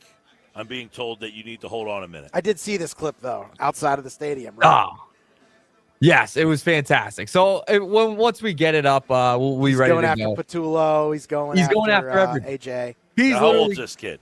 He's about, 10. He must be 10 years old, and he might have a future in this business, to say the least. Or either that or Barstool Sports, one of the two, right? Yeah, exactly. He could have it somewhere at this point. Now, let me ask this question. If you give me a nugget about a kid, I got a nugget here. So what is the thoughts on when, I've got, 4 different Dallas fans reach out to me today about, the Eagles losing. The team is 7-9-1, and you're going to sit here and say, the Eagles lost, my favorite day. When the Eagles made the playoffs, they won the Super Bowl last year. Your team went 7-9-1. You really are going to be, gloating on a day after the Eagles just – I can understand if the Cowboys were in the playoffs and still playing, kind of sticking your chest out a little. They went 7-9-1. Yeah, I don't understand that. I had a Raiders fan reach out to me. Is that the culture that the Cowboys fans are creating, that we're just going to cheer when your team now loses in the playoffs? That's how big of a loser franchise they've become? Got to take the W's when you can. There is a sentiment out there from other fan bases. They just don't like other fan bases, and they don't like Philadelphia specifically. And they will let you know, hey, we love that. It's called hate watching, essentially. This is a trend going on around TikTok. It's called hate watching other people's sports teams. So you essentially hate watch, and you just make fun of them when their team loses. Well, it doesn't help, though, the way that Sirianni behaves and acts on the sidelines. People take the last thing pleasure that would come in to that. my mind if my team didn't make the playoffs, I wouldn't have the audacity to reach out. If the Cowboys right now won 11 games and won the division, and the Eagles were 7-9-1. Do you think I'm going to be a freaking loser to reach out to that Cowboys fan and say, hey, you lost in the playoffs? I didn't make the playoffs. I am the biggest loser possible. Exactly. But my point is, the thought would never even cross my mind. It's the guy said, it's always a great day when the Eagles lose. Cry, Eagles, cry. I said, I do like that. You're a Cowboys fan. I had Vikings fans reach out to me. I had Cowboys fans. I had Raiders fans. I mean, what do you? Yeah, but those people are insignificant. Those fan bases are. I'm talking about the Cowboys act like they are above everybody, and you're going to go reach out to a team that made the playoffs after winning the Super Bowl. And by the way, has made the playoffs 5 straight years, has won the division 2 straight years. So the ultimate organization that tells everybody about their accomplishments from 1970s and 1990s.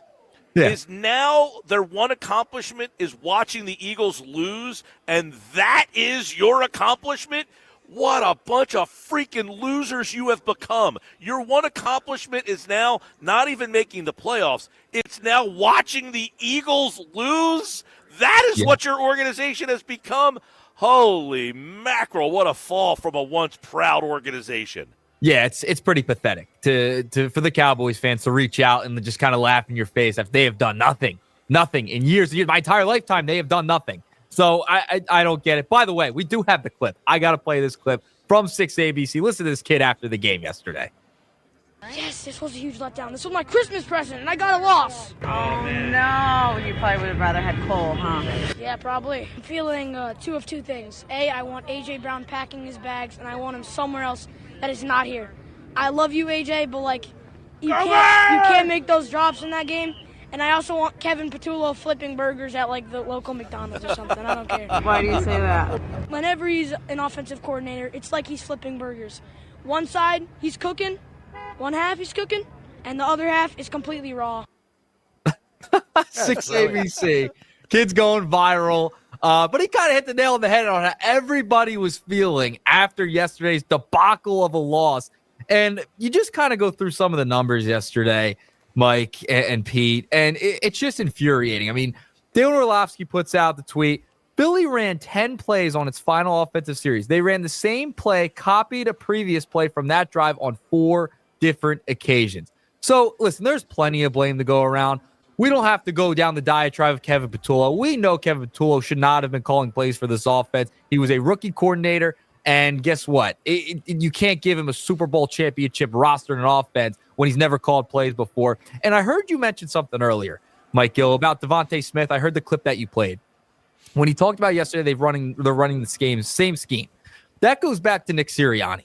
And we've criticized Nick Sirianni throughout the year, too. That's called not evolving. Yes, they're running the same type of scheme, and it's on the players not to execute. But they didn't evolve anywhere. Not one bit did they evolve in their offensive side. And that's the problem with hiring an inexperienced play caller like Kevin Patullo, because he's not thinking outside the box at all. He's just trying to get it right. And when you put a guy like that in the position, that goes back to Sirianni not being able to evolve when the rest of the league is going to start to catch up to you, especially when you have a target on your back as a Super Bowl defending champion. I tweeted it out. I've said it all year. Kevin Patullo was the wrong hire for a multitude of reasons. But one, you can't hire a first-time play caller to run the Super Bowl championship offense. It's an awful hire. It's like a mainline dad out at Villanova. Buys his kid, 16 years old, gets his license, say, son, I got you a Lamborghini. Here's the keys. And then the kid drives the speed limit with 2 hands on the wheel because he's afraid to get a scratch on the car. Patullo drove with 2 hands on the wheel and went the speed limit the whole season because he didn't want to crash the car. By the way, for the people... Oh, he crashed the car, all right. Well, he ended up crashing the car. He totaled the car. He literally pulled the emergency brake and never hit the gas. 18 weeks worth. I like that. There's some people in our YouTube chat, by the way, that are talking about the fact that nobody gave the Niners a chance. I had the Eagles winning the game 18-16. That tells me the Niners had a chance to win the game because the Eagles' offense is that inept. We just felt that the Eagles' defense, and this is where I'm disappointed, is that the Eagles' defense is not getting enough blame today because Patullo gets so much blame, but the Eagles' defense let me down again. It has been my whole life with the Eagles where they have these great defenses, and everybody talks about how great their defense is, the Brian Dawkins defenses that never could get it done. And now this is another one, the Reggie White defenses that could never get it done. This is another defense that everybody said how great the defense was and that the defense was so good. And I said, well, what if they give up 23 points? What if they give up 21 points? The Eagles' offense is that bad. And the Eagle defense disappointed me yesterday because, just like the Denver game, they gave up 2 scores in the fourth quarter of a game at home. You are at home. And I know your offense is giving you nothing. But they had chances to really shut that game down and win that game 19 to, like I called. I said 18-16. Yeah. So people gave San Francisco a chance. People that were smart did anyway because they knew the Eagle offense was a problem. The problem was if your defense, we kept saying it, what if your defense doesn't have it that day? And there were moments in that game yesterday where they just didn't have enough. They couldn't get to Purdy. And they did get 2 interceptions, but they gave up multiple big plays because of miscommunication. Yeah, and it's frustrating because you sat all the starters in the previous week, right? You sat everybody. You should have been refreshed. You should have had a game plan ready to go against the 49ers, who were banged up. I mean, you were getting beat by Jawan Jennings, Demarcus Robinson. I mean, for goodness sake. Demarcus Robinson had more yards on the first drive yesterday than he had in any game all season. It's like, yeah, and hey, credit to Kyle Shanahan for figuring it out, right? Like that's a creative offensive mind that they have out there, and they found a way to win. And we had talked about this for weeks and weeks and weeks. The Eagles were good enough. The roster is talented enough to make another run. However, I said this plenty of times on the Nuggets segment, that they will shoot themselves in the foot. That's the way they lose, and they did it offensively. Now, defense didn't play amazing, right? It was probably their worst game of the entire season. It was the highest success rate any opposing offense has had against Vic Fangio since he has been here. So I understand that aspect of it. But we knew the offense had an opportunity to probably shoot themselves in the foot, and they did that. They could not get into a rhythm.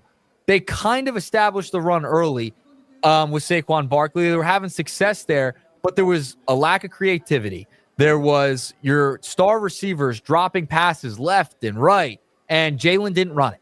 So it was anemic. It reverted back to what it had been throughout the entirety of the season, and that was not shocking to me to see the offense struggle the way it did, like it had been all year long. And for the people that thought that the Eagles are playing possum, they were going to open up the playbook and not show you everything all during the regular season. Guess what? That was asinine. I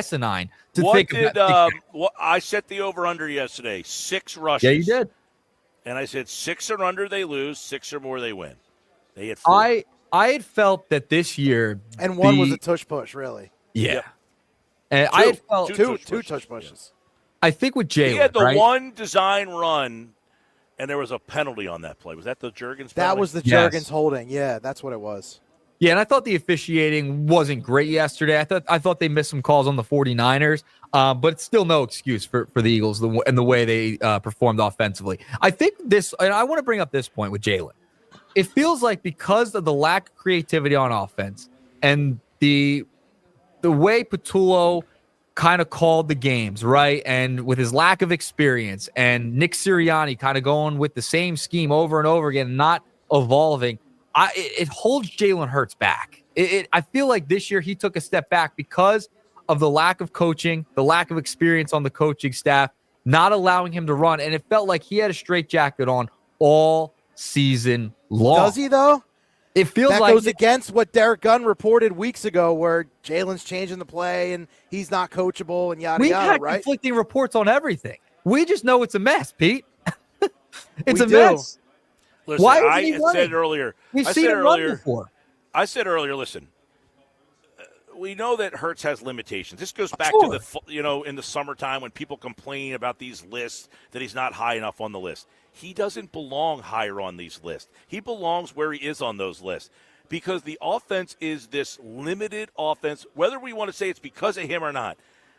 They don't do anything in this offense, and it's either because he doesn't want to or they don't ask him to because they don't think he could do it. That's what it comes down to. And it's not all his fault. It's like everything with this team. The offensive line was an issue all season long. You had a pass that Jalen made a nice throw yesterday. Devontae Smith didn't catch it. A.J. Brown, he's open on 3rd down. He didn't catch it. But there's no creativity in the offense consistently enough, and I don't know why that is. I'd have to imagine that the coaches say, we don't have a guy that we think can execute that level of offense. If they thought they had that guy, if Joe Burrow was here, do you think they were going to call this offense? Probably not. Yeah, you wonder. And, it makes you wonder. You go back to the Chicago game after the game when CJGJ's on with Shady, and Shady had some choice words about Jalen yesterday, and Acho. You go back to that moment where CJGJ's point blank asked if they knew what was coming, and he gave the wink, right? He gave the wink. They knew what was coming, the predictability of the offense. You wonder why Howie Roseman or Jeffrey Lurie didn't step in earlier, because this was evident from the start. But that moment right there, that Black Friday game where you have opposing players making fun of you on social media, just something, You could see it. It was evident. It was obvious. You wonder why they didn't make a move midseason, because this was the ultimate. Because the last time they made a move at midseason, that backfired on them. So there was precedent backfired of on them, though. Yeah, but my point, this backfired on them. But the last time they made a move, it backfired on them. So there's precedent to making a move and it not working. In fact, who said it? Was it on our show or we played the soundbite of when they changed coordinators in the middle of the year, that ruined everything. That was like the worst thing that could have happened to that team a couple of years ago. So I understand why they didn't make the move in the middle of the season. Like, they did that a couple of years ago, and that was a awful decision by them in the end. So they did have some precedent on why not to do it. That was on the defensive side of the ball, and the defense right, but was on that not. team yeah, but come on, dude, seriously. Let's use our brains here. On that team, they had a coordinator with NFL experience on the roster in Patricia. So that was at least plausible to say, hey, this guy was the defensive coordinator for a team that won a Super Bowl. We're going to make a change. They had nobody to go to here. They had not one person. And that falls on the head coach. And that falls on the head coach. That's the reason why they didn't do it. To ask why they didn't do it. To ask why they didn't do it is pretty clear. They had nobody to give the job to. But could it have been worse than the outcome that you had yesterday? It could have been worse. I don't know. Possibly could have been worse. I don't know. Right, but I'm saying you're asking a question that you know the answer to. They didn't have someone to hand the job to. Yeah. Well, you had a head coach, Nick Sirianni, who they wouldn't trust to call plays. He gave up play calling because he was so bad at it. Well, you could have went to him and maybe gave that a try again. Something. Yeah, sure. But my point is, Sirianni knows that's not my strong suit. I have somebody to do that for me because I want to manage the game. And I don't have a problem with that. I will never sit here. Matt LaFleur is probably going to get fired, not because he's not a good play caller, not because he's a good play designer. He's good at both of those things. He can't manage the game. He cannot manage the game, and it costs his team all the time. So I have no problem with Sirianni not being the play caller. Some guys are better at it than others. Some guys are better play callers than others. And some guys, Sean McVay, great play caller. When the Rams lose, it's generally because he can't manage the game. Shanahan, great play caller. I would take Shanahan as my offensive coordinator. But why do the Niners lose sometimes? He mismanages the end of these games a lot. Same with LaFleur. And on Saturday night, you can make a strong argument that the Packers would have won that game if he simply knew how to manage the game. All fair. I think this was a different circumstance that required different attention. That's all I'm saying. If you gave me a legitimate answer to my question, I could agree with you. You don't have one. Sirianni. I would say go to Sirianni. That's what I would have done. At least something. You had to change something. He can't do it, though. Sirianni's the head coach. He could have done it himself. It's not like you say, hey, we're going to fire you and go to this guy. You're basically saying you wanted him to step in and say, This is like a Doug type of thing where he's so behind his guy, he would not make the move. Or Howie or Lurie didn't step in, and they didn't trust anybody to do it. See, I don't agree with this at all because I'll tell you what. He's on a headset the whole game. You don't think he's telling him what did how to run stuff? Say? What did Sal Pal say? He's getting in the headset between series. He's not doing it during a series. That's what Sirianni would do with Kevin Patullo. He would get in and talk to KP between series, not during. You watch series. Hard Knocks. I watch Hard Knocks. You hear him on the headset talking to Patullo in the middle of the game. Series. Between series. I don't care what he's talking to him. He's at least saying. No, that's not true, by the way, because you watch Hard Knocks and they show a play where he's running the ball and you see him on the headset. Keep running at him. Keep running at him. So he could talk to him in the middle of any time he feels like it to say, hey, but he wouldn't. Run the ball here. We don't know that. That's what he said to Sal Pal. That's exactly what he said to Sal Pal. He would talk to KP between series. That's what he told him after the Buffalo game. Right. That doesn't mean it. We've literally seen and heard it on Hard Knocks of him talking to him in the middle of the series. Like if I didn't see it with my own two eyes, I might say, okay, I'd have to be a complete idiot to say I just watched it on television. I'm just going off what Sal Pal was reporting. That's all I'm saying. I'm not saying that he's wrong, but he's saying, hey, I do talk to him between the series, but maybe he left out. I also talked to him because I watched it. I literally watched the show when he ran the ball, and he said, KP, keep running it, keep running it, keep pounding. Actually, I take that back. He said, keep pounding them, keep pounding them. I don't want to misquote him. He said, keep pounding them. Well, that's essentially just giving the guy support. I mean, to talk about play calling specifically, That's between series. That's how I took it. In my opinion, they had no option on the roster to make that change. And make a change just to make the change is making a change just to say we did it. The last time they did that, it backfired on them. Yeah, and that's the last play calling. I think the larger issue is the offense as a whole. It's not creative. There's a difference between play calling and offensive concepts. I agree. Right? Here's the problem. They run his offense, and everybody, Kevin Patullo, is a guy that's a disciple of him. That goes back to the evolution. That goes back to the evolution with And Sirianni. I have no problem with that comment at all, which I said in the beginning. The offense is Nick's offense. He deserves the blame for the offense not evolving. He also deserves the blame for not having anybody else in the building to go to. But to say they should have fired someone just to fire someone when they didn't have anybody else to go to, now you're just walking blind down the street, the invisible man saying, hey, just fire him just to say you did something. And that goes back to the head coach. They're the Nuggets. Do we have a Bo Bichette update or tweet that we can refer PG. to? Nothing. They're Nothing on Zoom. on that meeting. They're on Zoom right now. I need a Jeff Passan update. I said yesterday in the third quarter, can somebody please drop a Bichette signing just like they did with the Cubs during the Bear game on Saturday night?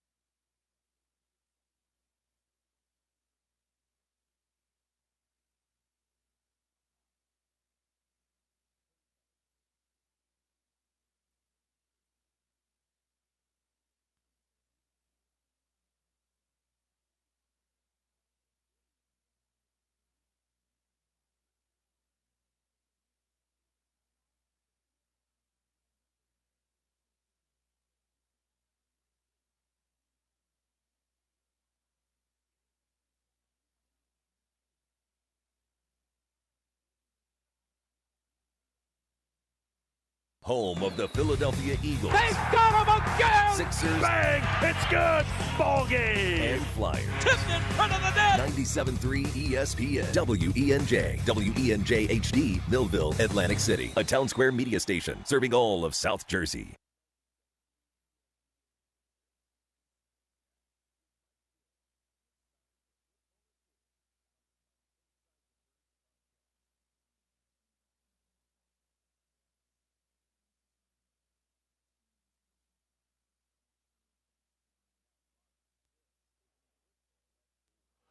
And Football at 4 is powered by the Inside the Birds podcast. It is brought to you by the Fanatic Sportsbook at Ocean Casino Resort in Atlantic City. That's where we are today. Jeff Mosher was at the Eagles locker cleanout today, so he'll be joining us in just a couple of minutes as he is leaving the NovaCare complex. It is the Sports Bash live at the Fanatic Sportsbook at Ocean Casino Resort in Atlantic City. So much to dive into. A lot of text messages, 609-403-0973. We'll continue to read off some text messages as we wait to get Mosher on the phone here because he's leaving the locker room today. One of the big things is Jalen Hurts asked basically point blank, do you want Kevin Patullo back? He didn't answer. He didn't say yes or no. He basically said this. Opportunity to have that with Kevin Patullo. Do you want him to come back as the offensive coordinator?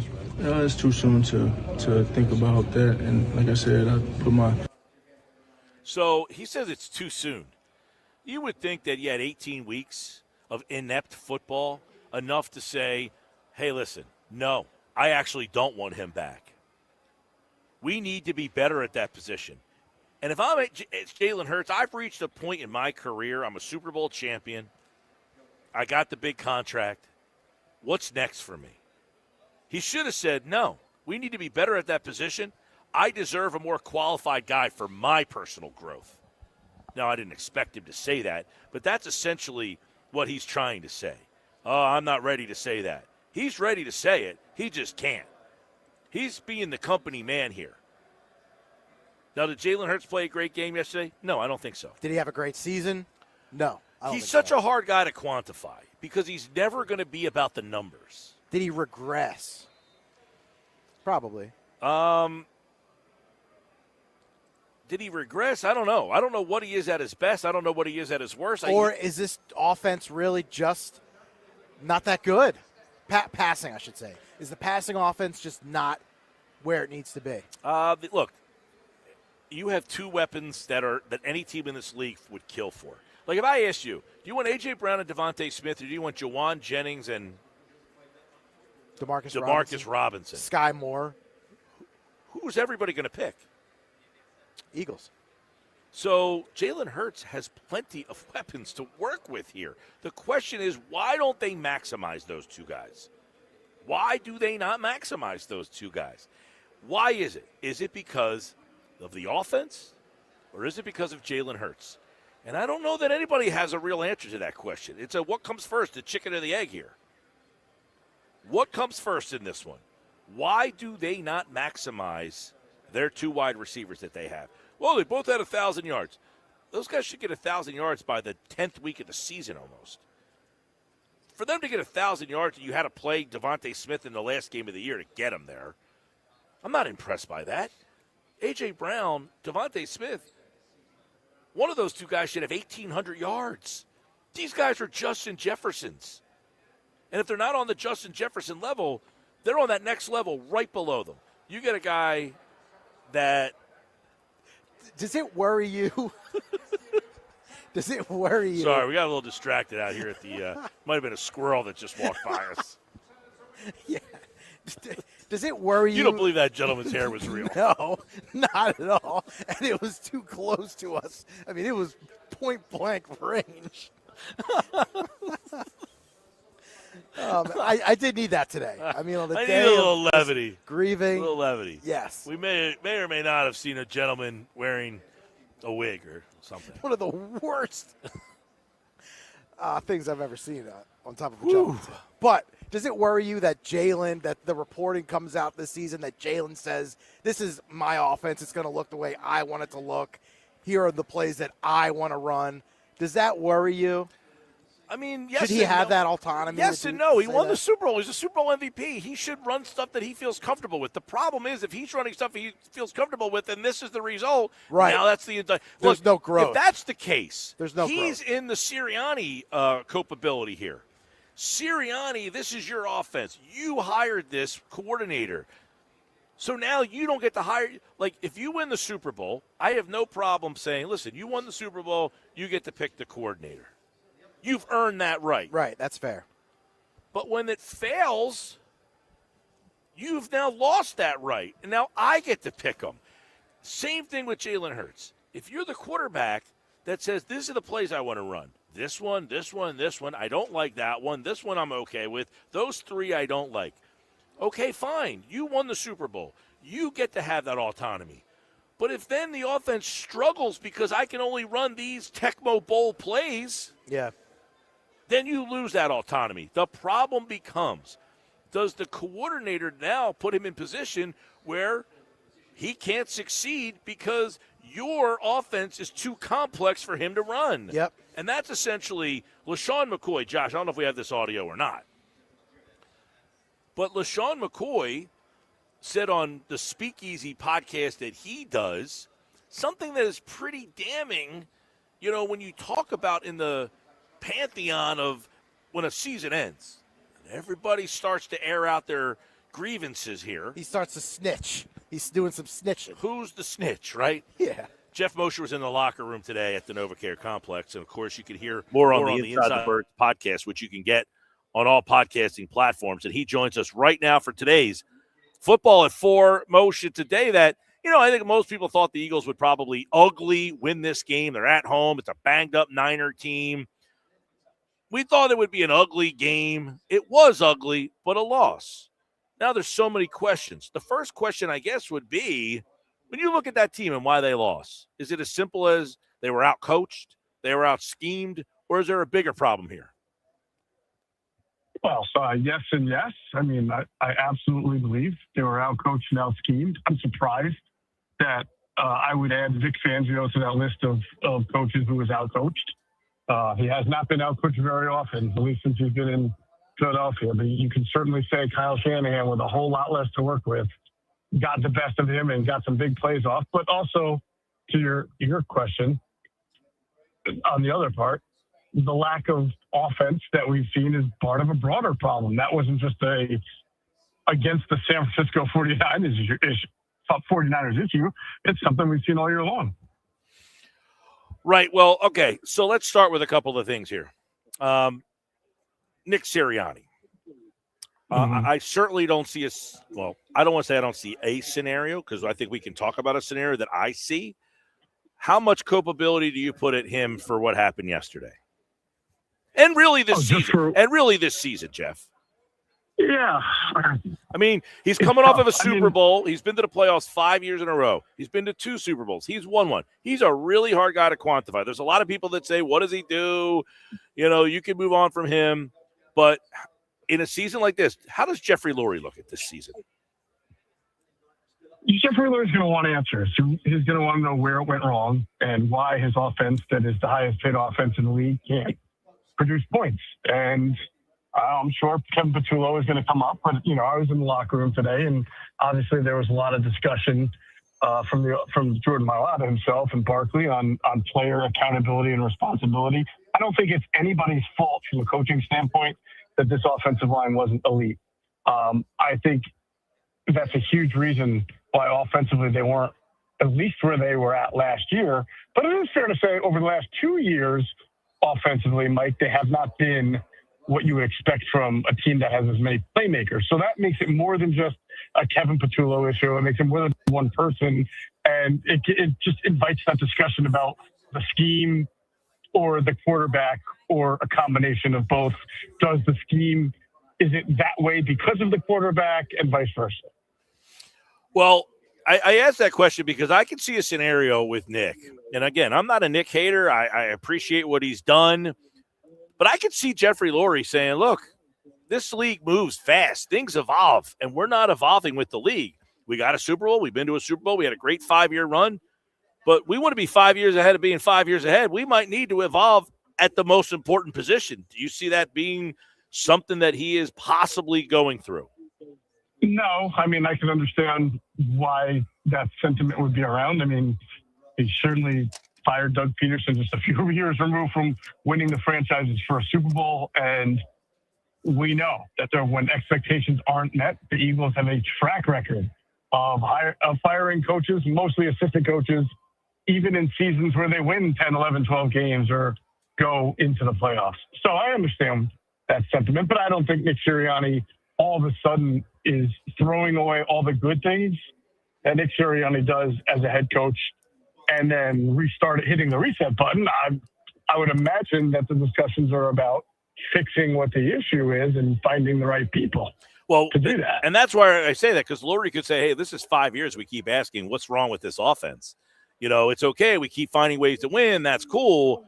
But are we really evolving this offense where we're going to have this discussion again next year? And I guess what the next part of this is Kevin Patullo, who most likely will not be here, but does the next guy have to run Nick's offense? Does Nick say, well, if you fire him,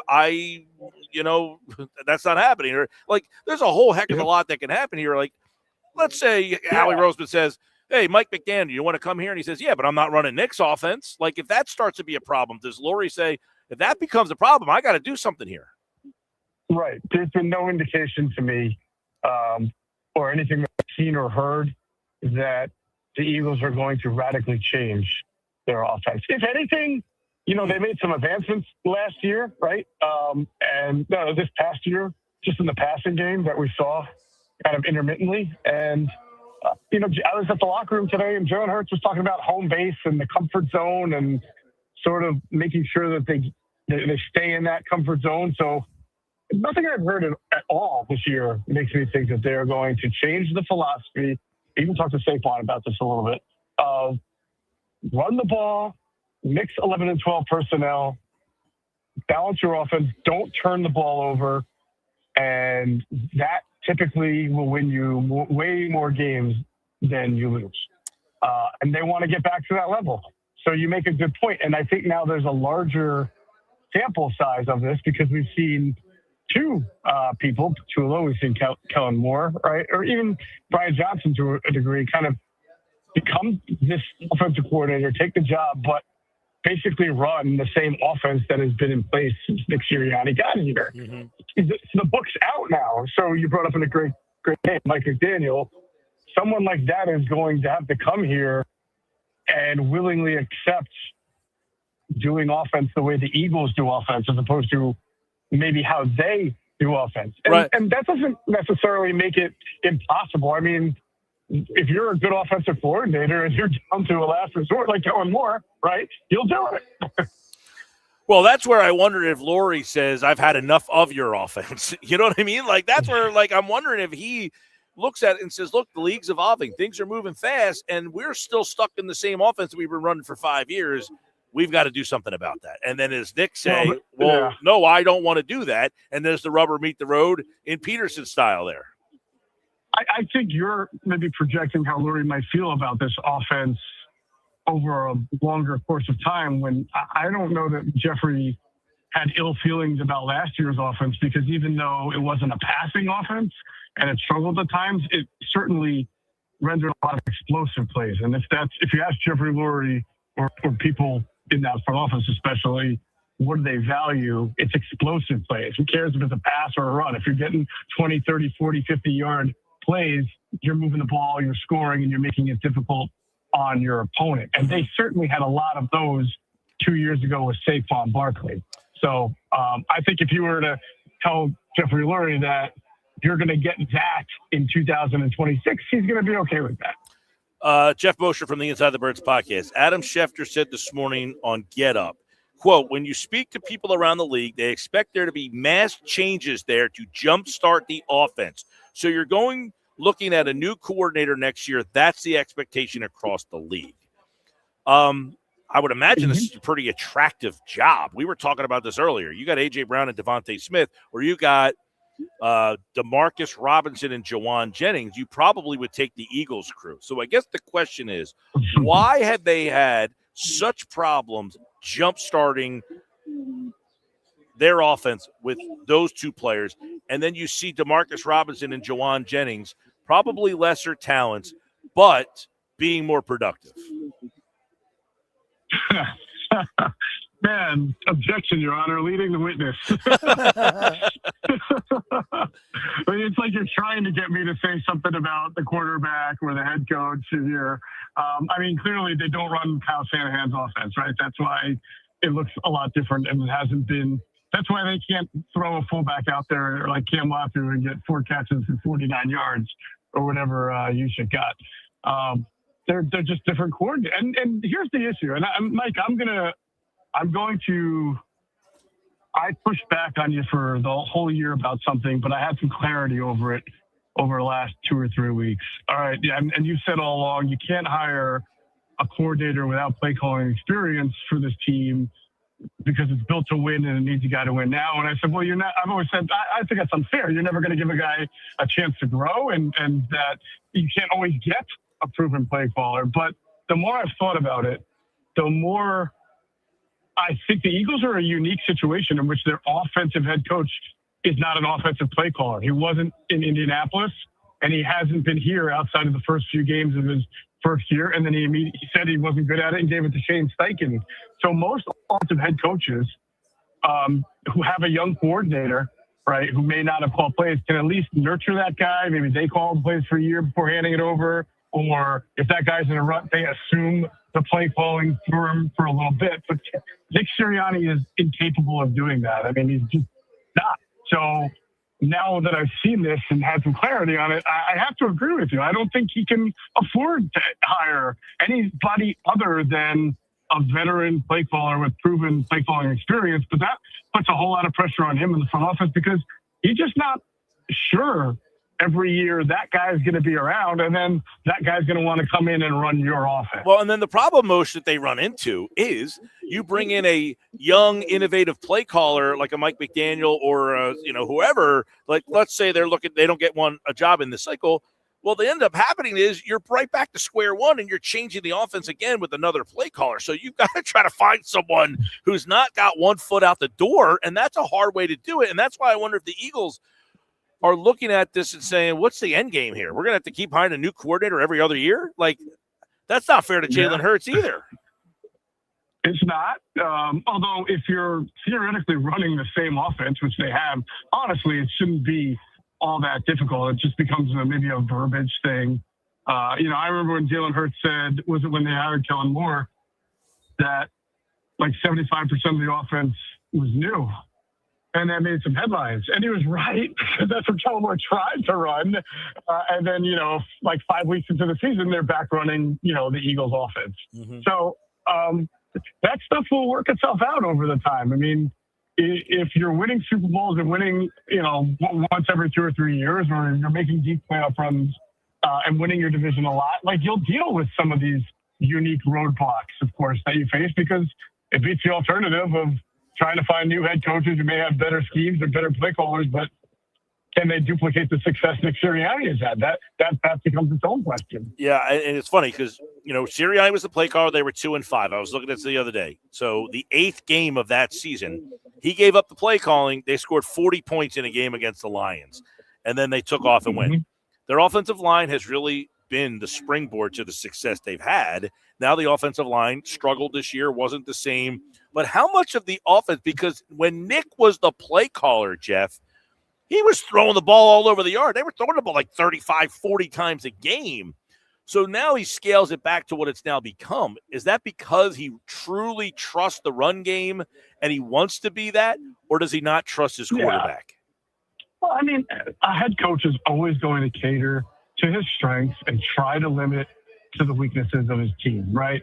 He learned early, you don't want to throw the ball 40 times, especially at that point in Jalen Hurts' career. But I think they've discovered along the way that they don't want Jalen Hurts to drop back 40 times a game. Some coaches are fine with their quarterback doing that. Matthew Stafford does it. Nobody bats an eyelash, right? They don't want that. They have a good offensive line. They've built the team around the running backs, obviously bringing in Saquon Barkley, one of the best. For the most part, they've had some tight ends. Like Goddard's been a pretty good blocking tight end. It's fallen off a little bit for him and Calcaterra. So that's an area they're likely to address, but that's the reason, is that they believe this is the best style and scheme of offense to run for the personnel that they have. And one loss in a wild card game stinks, but they're going to look at the bigger picture and see what they've accomplished over 5 years, and they're only going to double down and be reinforced that they just have to fix the areas that this year. Well, I would ask you this then. One loss in a wild card game is fair to say, but this was an 18-week slog of offense. Sure. Yes or no? Yeah, that's why I said they're going to fix. Look, I mean, I think I had this conversation with Jordan Mailata today before, like, all the reporters came around. We were just kind of talking about the physical toll of last year of running the ball so much, all the tush pushes. Did that have any correlation to the physicality or lack thereof, or the mistakes made on the offensive line? And he couldn't say yes or no. He said it's an interesting thought. And, I said, look, if you guys were at peak health next year, and when I say peak health, I even said this to him, I said, peak health meaning, yes, you get the bumps and bruises that everybody gets by week 18, but in general, you're feeling like you normally feel. Are you guys just back to being the offense you were last year? And he said, I hope, but I don't know. It was a combination of things. He did mention defenses did things differently against them this year, slanting, stunting, all getting linebackers going downhill against the run. So there were two things working against them: the healthy O-line and the fact that they were the hunted every single week from winning the Super Bowl. So it's hard to sit here and say they're going to make this wholesale philosophical change on offense when they probably just feel more health and a little bit more. Now they get to make the counterpunch. Now that they've seen how people have counterpunched to them, is probably what their response is going to be. Jalen Hurts today did not give a ringing endorsement. What did you think of the question that was asked about Patullo coming back and how he answered it? Yeah, I honestly don't. I feel like there's some disingenuousness coming from Jalen. Like, Saquon Barkley takes accountability. He actually will pinpoint and isolate areas that he thinks he did fail the team. Sometimes people say, yeah, it's on me, but they don't mean it, or they're just trying to be like a good team. Saquon kind of detailed some areas of his game that he felt he didn't do a great job of this year, took accountability, and then said it was really unfair that Patullo had to take all the blame. And as I've just said all along, he is the only Eagles offensive coordinator under Nick Sirianni to not have a running game. And that's got to matter for something. I know he's probably going to get fired, and I know he didn't do a good job, but it has to matter for something. But, Hurts is like, yeah, I take accountability. Well, what about Kevin Patullo's job security? I trust Howie to figure it out. Yeah. I don't know. There was some disingenuousness there to me, because if he's really taking accountability, he's going to say where he's been deficient and what he needs to get better at, and then he's going to do it. And honestly, I did think he made strides in the past year this year, certainly, but I don't feel like in his mind he's coming, or he feels like he's any part of the problem at all. And I'm not quite sure that that's a fair assessment on his part. I would agree. That's a fair comment. Jeff Mosher, Inside the Birds podcast. Because, hey, listen, you can make a strong argument that Jalen made a couple throws. They did not catch the ball. That game might have been different had Devontae made that catch or AJ made that catch. We might be having a conversation about another ugly win today had those balls been caught that he made some pretty good throws on. Yeah, I thought, I didn't come out of yesterday's game thinking, man, Jalen really blew it for them. I really didn't, and I generally think he's made more high-level throws this year any other year, which is why I feel like, there's really no need to respond to the questions the way he does. You could just say he's being honest, but, I think Saquon Barkley was being honest. So I just felt like even if that guy under the bus, when you have to know that it wasn't all on one guy. That's really, to me, key. Was AJ there today? No. I would be shocked to learn AJ Brown was not in the. I figured he had to empty out his locker at some point. At some point. Doesn't have to be today. So, do you have any feel one way or the other whether there would be any legitimacy that AJ Brown would not be back? Oh, I think it's certainly a legitimate question. Absolutely.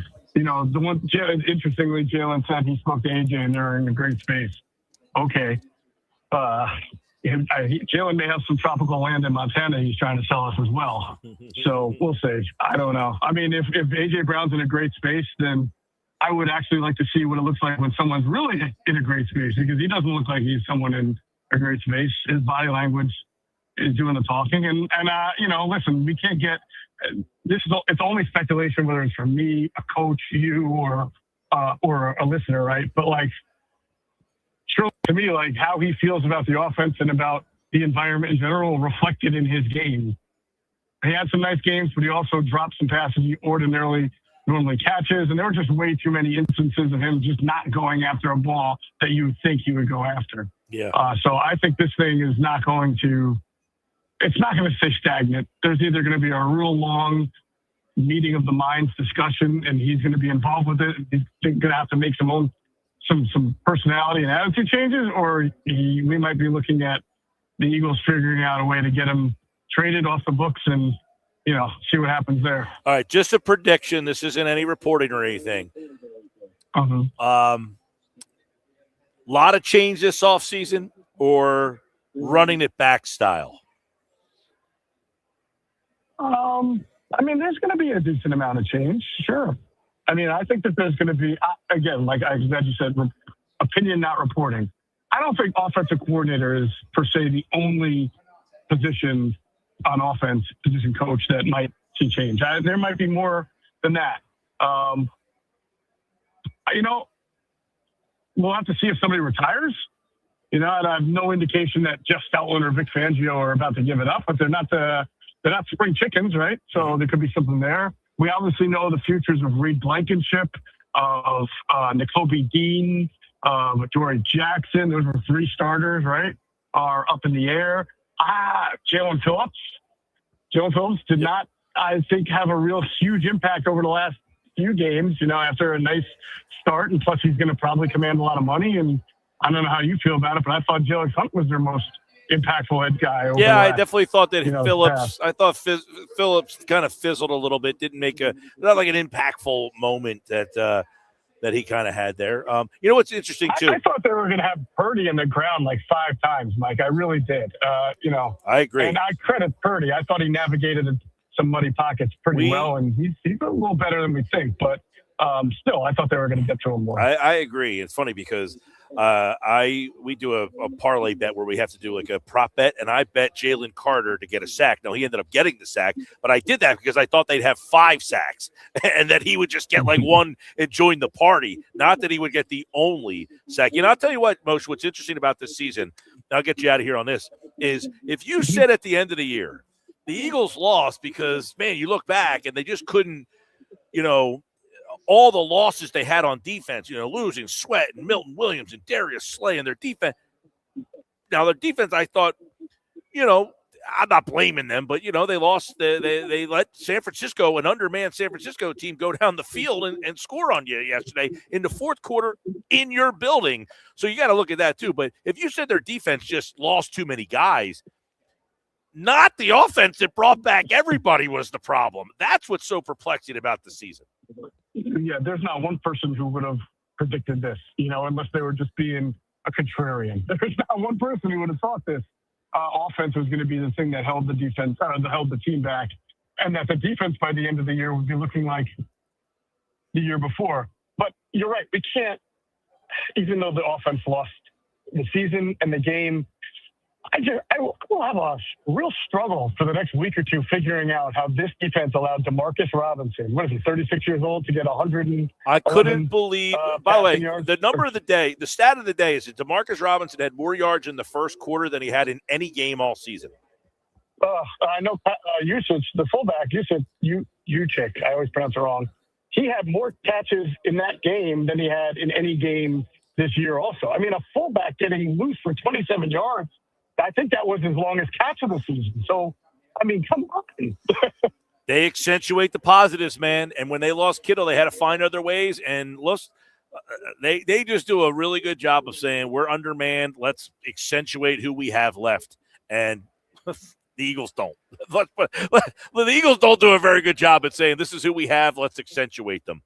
Jeff Mosher and the Inside the Birds crew, an Eagles season is in the books, but now we have so much more for Football at 4, putting this team back together again, Humpty Dumpty, and we'll do that right here on the Sports Bash, 97.3 ESPN.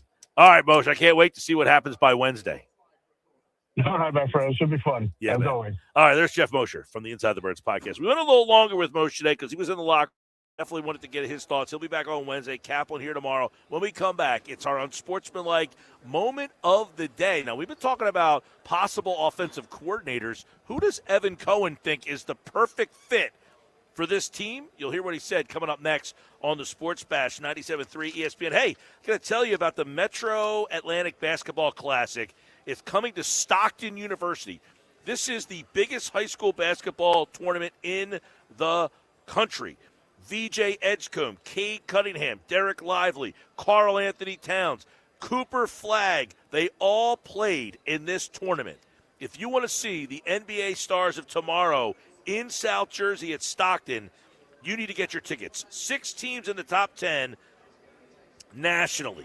10 top 20 teams in the area. 20 ESPN top 20 100 players. MetroClassicBasketball.com. More Sports Bash coming up. You're listening to the Sports Bash with Mike Gill. And it just keeps getting better. On 97.3 ESPN and the 97.3 ESPN free mobile app.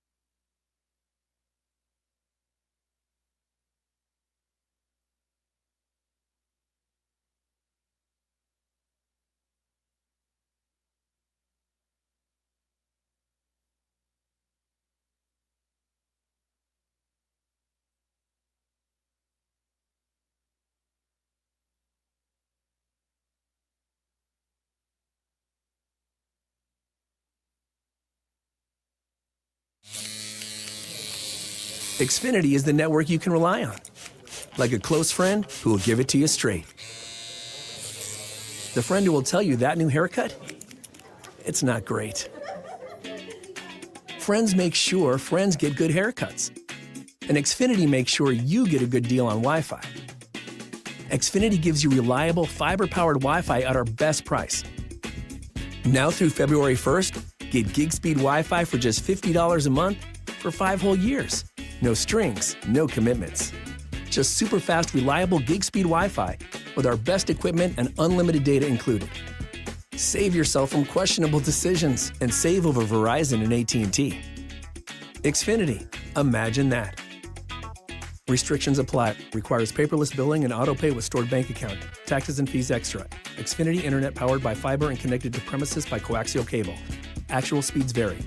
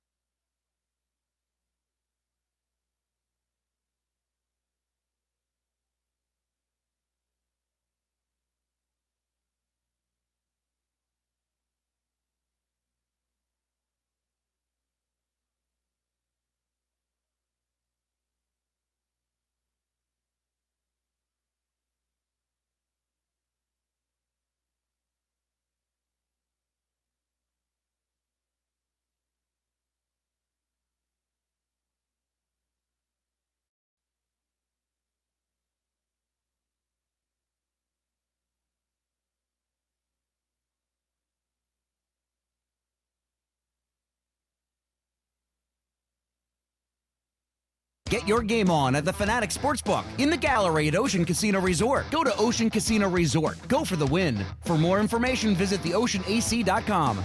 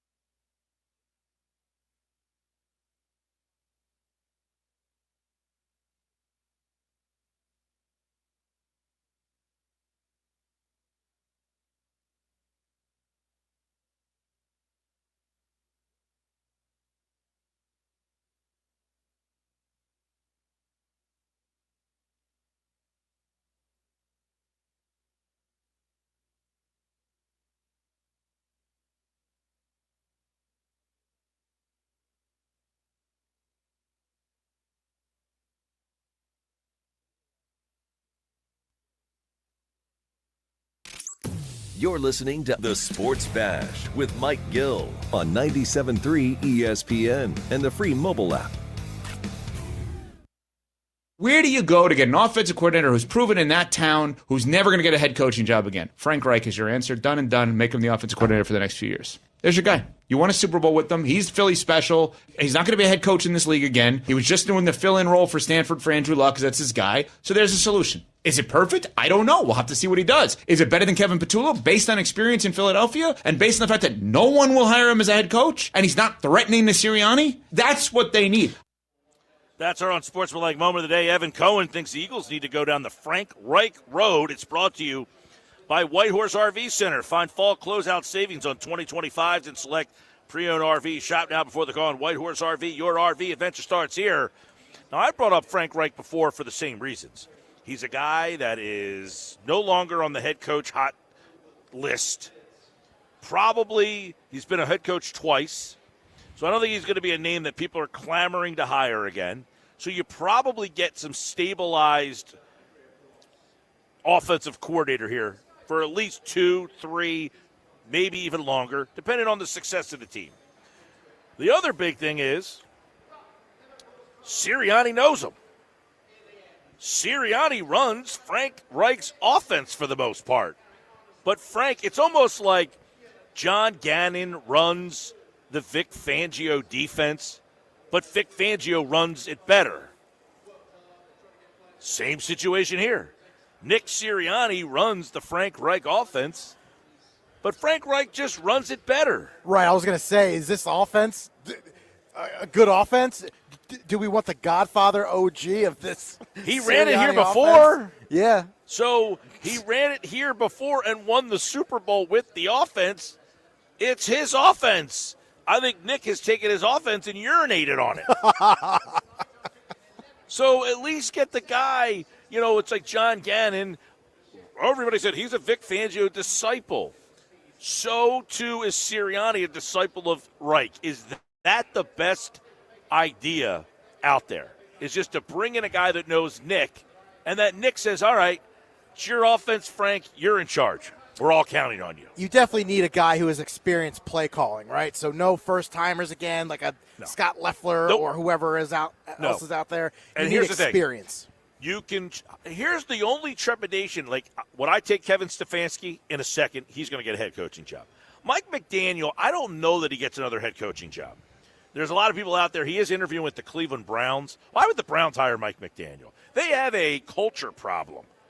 Yeah, well, it's so many of these teams are just obsessed with that Shanahan-McVay offense. They need to get their hands on it. Right. They need a guy who can be an innovative play caller. And, by the way, Cleveland's got a big problem. Deshaun Watson is still signed, and he should be available to come back next year, Josh, right? Isn't that the situation that Deshaun Watson has another year? He still is under contract, although they do have a way of getting out of the contract now that they're approaching the final year. But they still have to make a decision on him. Well, Mike McDaniel, I would be all about. The problem is he would come here, the offense would be really, and then it'd have to move on from him because he'd get a head coaching job. Same, I think, with Cliff Kingsbury. Kingsbury is interviewing for head coaching jobs right now. Baltimore, right? Yep, Ravens. The problem is, let's say he doesn't get a head coaching job and he comes and takes over this offense. This offense would score 35 points a game. Not 35, but 28 points a game, and then he'd get a head coaching job based on the fact that he had a really good year. And that would be the same with Stefanski, the same with McDaniel, all these guys. Frank Reich, if he came here and they scored 28 points a game, is not getting another head coaching job most likely. He probably would have to prove it again, and then maybe even again, before people started to say, hey, you know what? That Frank Reich seems like he's got something here. So would you rather go the safe route with Frank Reich or say, I don't care, I'm going to go get the best guy I can hire if he wants to come here? I think Frank fits both profiles, actually. I think he is the best guy and the safe guy because of the fact that Nick Foles has said multiple times on his podcast, the Eagles run Frank Reich's offense. Nick Foles would know. He's been in that offense multiple times.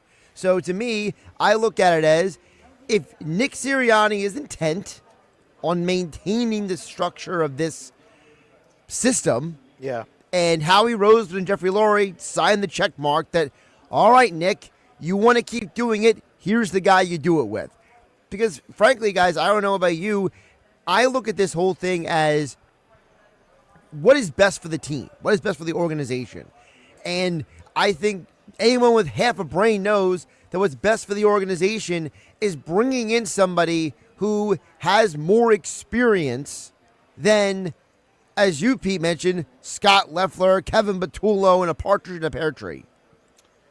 I definitely think that they need to get somebody who has serves two masters here. One, he's a veteran. He's been a play caller. Yep. He knows what he's doing.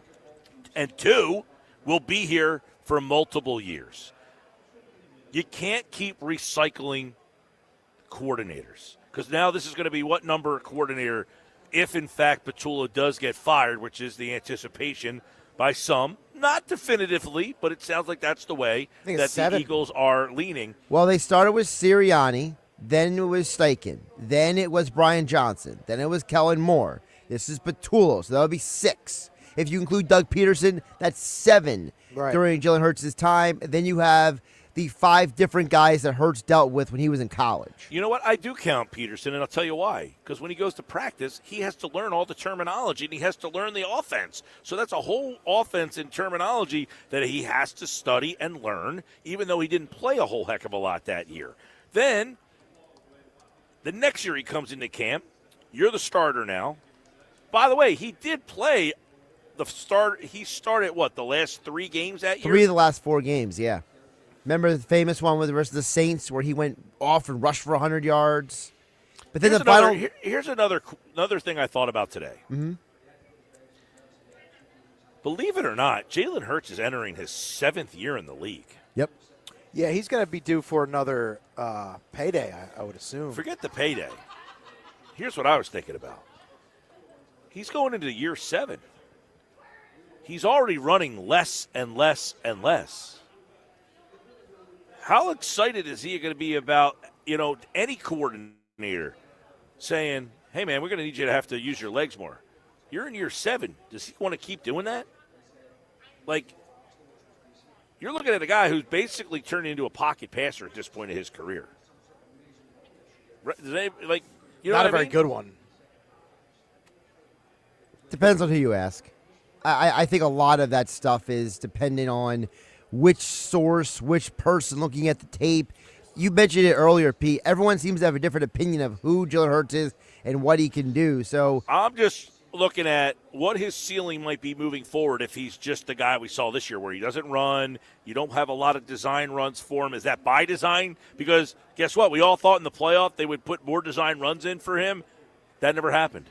They called 2 design runs, I think, yesterday.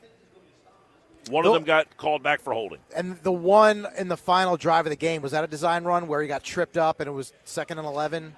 I think it was, he got tripped up. Because that was, listen, the first drive of the game, that was they went down the intended field to be and for scored. sure. Yeah, they went down the field and scored on the first drive. They had a great little wrinkle in the red zone. That play to Goddard again. They had a couple things going there, and then it went away. By the way, just for a reference point, 2022, Jalen Hurts rushed for 165 yards. 2023, 157 attempts. 2024, 150 attempts. Last year, 105. That's our Unsportsmanlike moment of the day. Listen to the guys tomorrow morning, 6 to 10 a.m. on Unsportsmanlike right here on 97.3 ESPN. It's brought to you by White Horse RV. Your RV adventure starts here. When we come back, much more on this Eagles season and the offseason ahead. It's a Sports Bash live at Fanatic Sportsbook at Ocean Casino Resort in Atlantic City. You're listening to the Sports Bash with Mike Gill.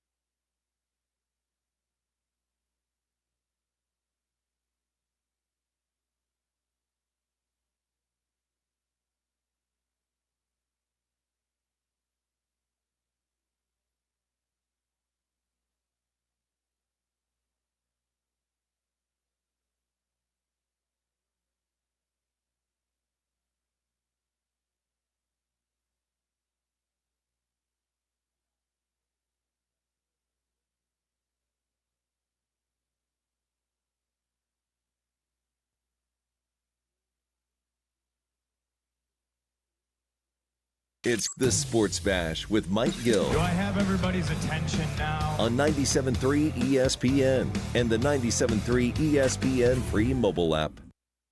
All right, coming up in the next hour, Sal Paolantonio joins us in 7 minutes from now. Sal Pal Monday recap.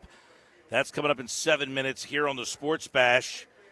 This hour brought to you by Broadley's Plumbing, Heating, Air Conditioning, your trusted source for plumbing, heating, service, and installation for generations. Call 609-390-3907 online, broadleys.net. Hey, coming up, Sal Paolantonio. As we talked about a Sal Pal Monday, we'll get his reaction on what needs to change about this Eagles organization and something Nick Sirianni said yesterday.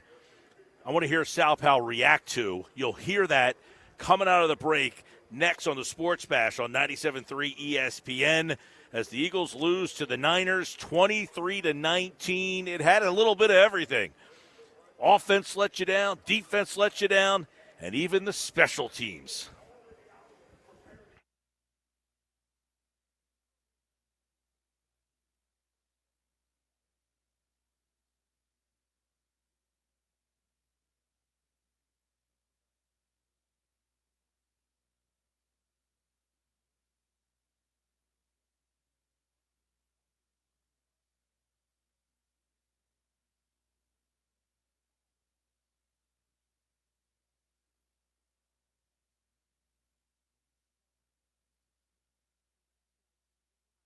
Running a business means wearing multiple hats. So if you're like me, you probably started out using your personal phone, taking client calls and texts nonstop. As my business grew, I needed something smarter. That's when I switched to Quo, the #1 business phone system. Quo works right on your phone or computer.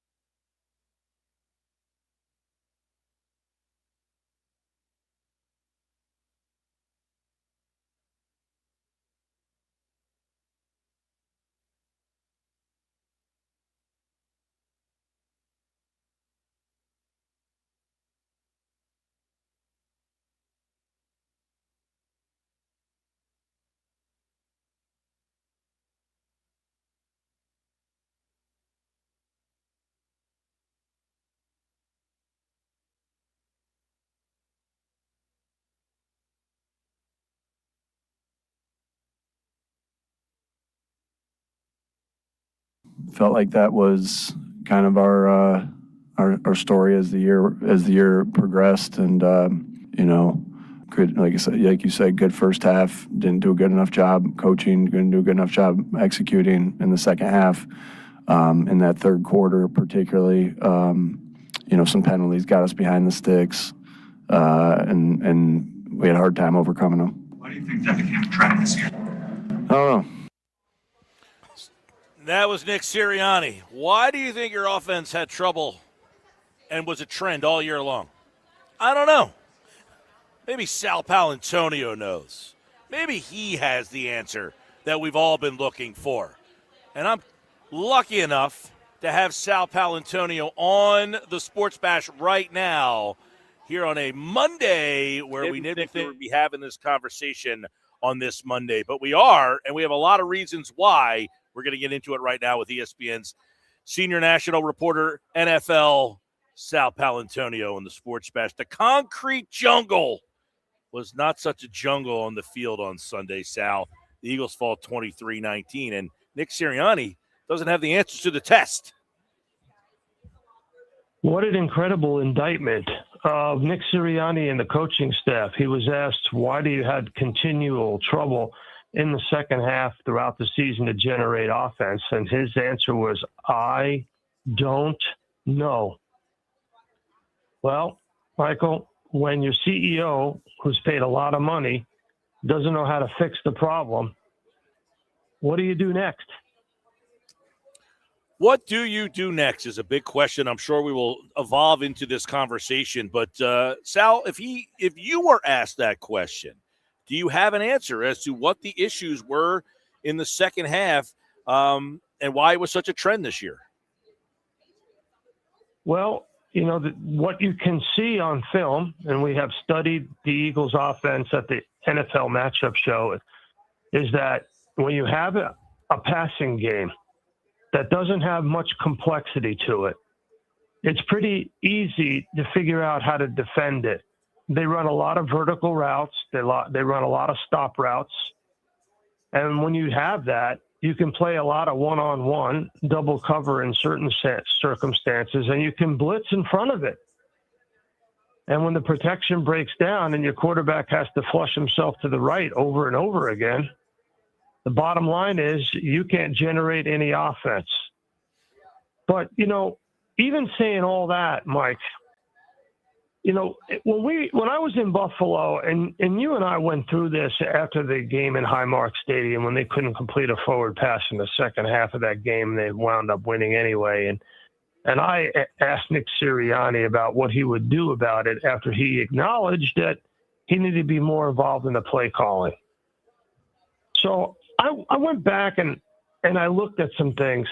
And first of all, what I saw was, okay, so the Eagles at the 2-minute warning of the game, it's 1st and 10 from the San Francisco 45. Jalen Hurts and Kevin Patullo and Jeff Stoutland and a couple of players and assistant coaches on the offensive staff are huddling on the field to determine what to do next. 2 minutes left. Niners are up 23-19. The Eagles are in San Francisco territory at the 45. Patullo's huddling with Hurts and other players and coaches. Nick Sirianni was not in that huddle. I'm going to say that one more time. I watched it happen live, and then I went back and looked at the tape. He was not in that huddle. And that is amazing to me, that he didn't have input or help with the direction of the offense. When he vowed that he would take more control if need be. He vowed that at Highmark Stadium. Mm-hmm. So that's number one. Then number two, and this is the killer. Now, several plays later, you have 1st and 10 at the San Francisco 20, Mike, with 1:28 left in the game, and you have all 3 timeouts. You have to go 20 yards to win the game. 20 yards to win the game, and you have all 3 timeouts. That suggests to me one thing and one thing only. Run the football. Run the football on 1st down and 2nd down and 3rd down and fourth down if necessary to continue to move the sticks. Instead, Jalen Hurts is in no huddle, shotgun, results in a sack on 1st and 10. Now it's 2nd and 11, no huddle, shotgun, Hurts pass incomplete. 3rd and 11, 21, shotgun, Hurts pass incomplete to Devontae Smith. 4th and 11 at the Niner 21, Hurts pass incomplete. They ran 4 plays and went backwards 1 yard when they could have run the ball and gained the first down and had the ball on the 10-yard line with their timeouts remaining. Right. So I guess with their timeouts. And so what I'm suggesting to you is, one, Nick Sirianni did not take accountability for the offense. Number 2, the play calling was so bad at the end of the game, and that's on Kevin Patullo because he's the one calling the plays. Do you know that they were under center? Jalen Hurts was under center in the second half 7 times, and they ran the ball all 7 times. That is the working definition of predictable on offense. Sal Paolantonio's with us. So I guess, the obvious question is, where do they go from here? There's a lot of murmurs already that Kevin Patullo could be gone. Is that an obvious change that needs to be made, or is there bigger things that have to be looked at? I mean, this was a season-long. Sal, we would talk every Friday, and their offense just never got to go. And Saquon Barkley said after the game, we didn't have 2 halves of good offense the entire season. I mean, so this isn't just one game where you're like, okay, they really struggled. This was 18 weeks that they couldn't get anything going. Okay, so this is amazing to me. And this is the line of questioning that people should be asking, and I'm glad you brought this up, Michael. If you're going to make a change in offensive coordinator right after this failure, why didn't you do it 6, 7, 8 weeks ago? Why did you wait until you got bounced out of the playoffs unceremoniously in a game where you were favored by 6 at home against a team depleted on defense, a team that lost its Pro Bowl tight end in the middle of the game to an Achilles injury? Why did you, if you're going to change the offensive coordinator, something that people have been screaming about everywhere, now you're basically putting a stoplight at the corner after the car accident. Well, there's so much here. I'm not wrong about that. Oh, listen, absolutely. And here's the questions that keep going around in my mind. Listen, I am no Nick Sirianni hater at all. I appreciate. No, neither am I. Right? I'm not at all. We both are not. No. Right. I appreciate what Nick has done. I just wonder if Jeffrey Lurie watched this year and watched the talent. You said it on our show Friday and many other times. This is the most expensive offense in the league. What is my ROI? And does he wonder, hey, did I get the best 5-year run out of this guy that I'm ever going to get? And I just time to evolve and move on. No hard feelings. You got us a Super Bowl. Thank you very much. But where's the evolution in this offense coming from? Because what coordinator are you bringing in to work with essentially Nick's offense? Yeah, see, that's the issue, right, Mike? So there's a lot of things that could go on here. Clearly, they have to make changes in the offensive coaching staff. Clearly, in my view, they have to move on from A.J. Brown. Clearly. That's the consensus around the league. I'm not breaking any news here. I don't know what they're going to do, but they have to move on from A.J. Brown. It's become untenable.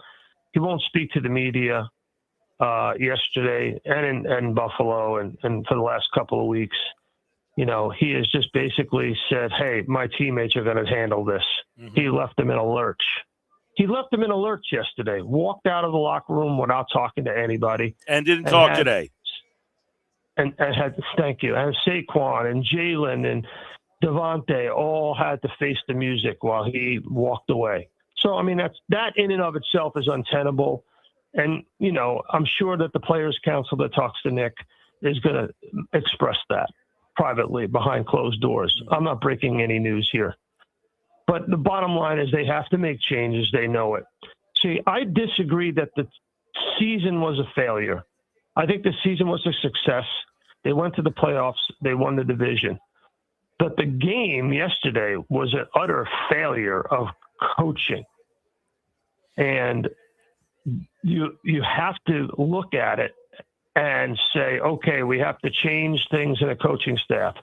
The game yesterday was an utter failure in execution, where the wide receivers had 4 drops, 2 by A.J. Brown, and you're paying them top dollar in that kind of circumstance. You have an elementary passing game. You have no complexity to it. All you have to do is look at the highlights. The difference between Shanahan's offense and the Eagles' offense was literally the difference between pro and high school. And I'm not being facetious or being, overly critical. I'm just saying those are the facts. So, Sal, I think it's, by the way, in your point, I think it's fair to say that you're being accurate when Kyle Juszczyk has 4 catches for 49 yards and A.J. Brown has 3 for 25. Something's not right with this picture. The fullback. The fullback had more receiving yards than your $100 million wide receiver. Mm-hmm.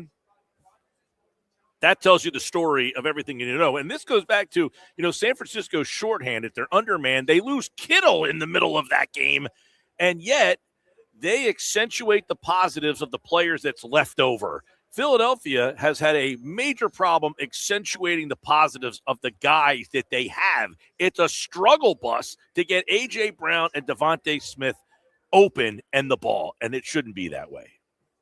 No. So we all understand that it was a utter failure and completely untenable going forward. And so they have to make changes. But to your point that you just made, and nobody is talking about this, Michael, the point that you just made, nobody is talking about. You got coaching staffs wide open in this league, 7, maybe 8. And they're all going to be looking for offensive coordinators. Mm-hmm. You got to move quickly. Yeah. It's going to be difficult to find qualified people to do this job who want to work within the framework of Nick Sirianni as the head coach and Jalen Hurts as the quarterback.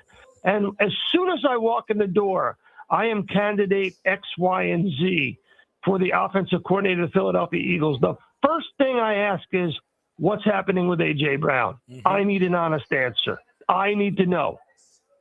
And if I don't get an honest answer, I turn right around and I go to the next opportunity because there are a lot of them out there. Yeah. The second question I ask is, can I call the plays and will Jalen Hurts listen to me?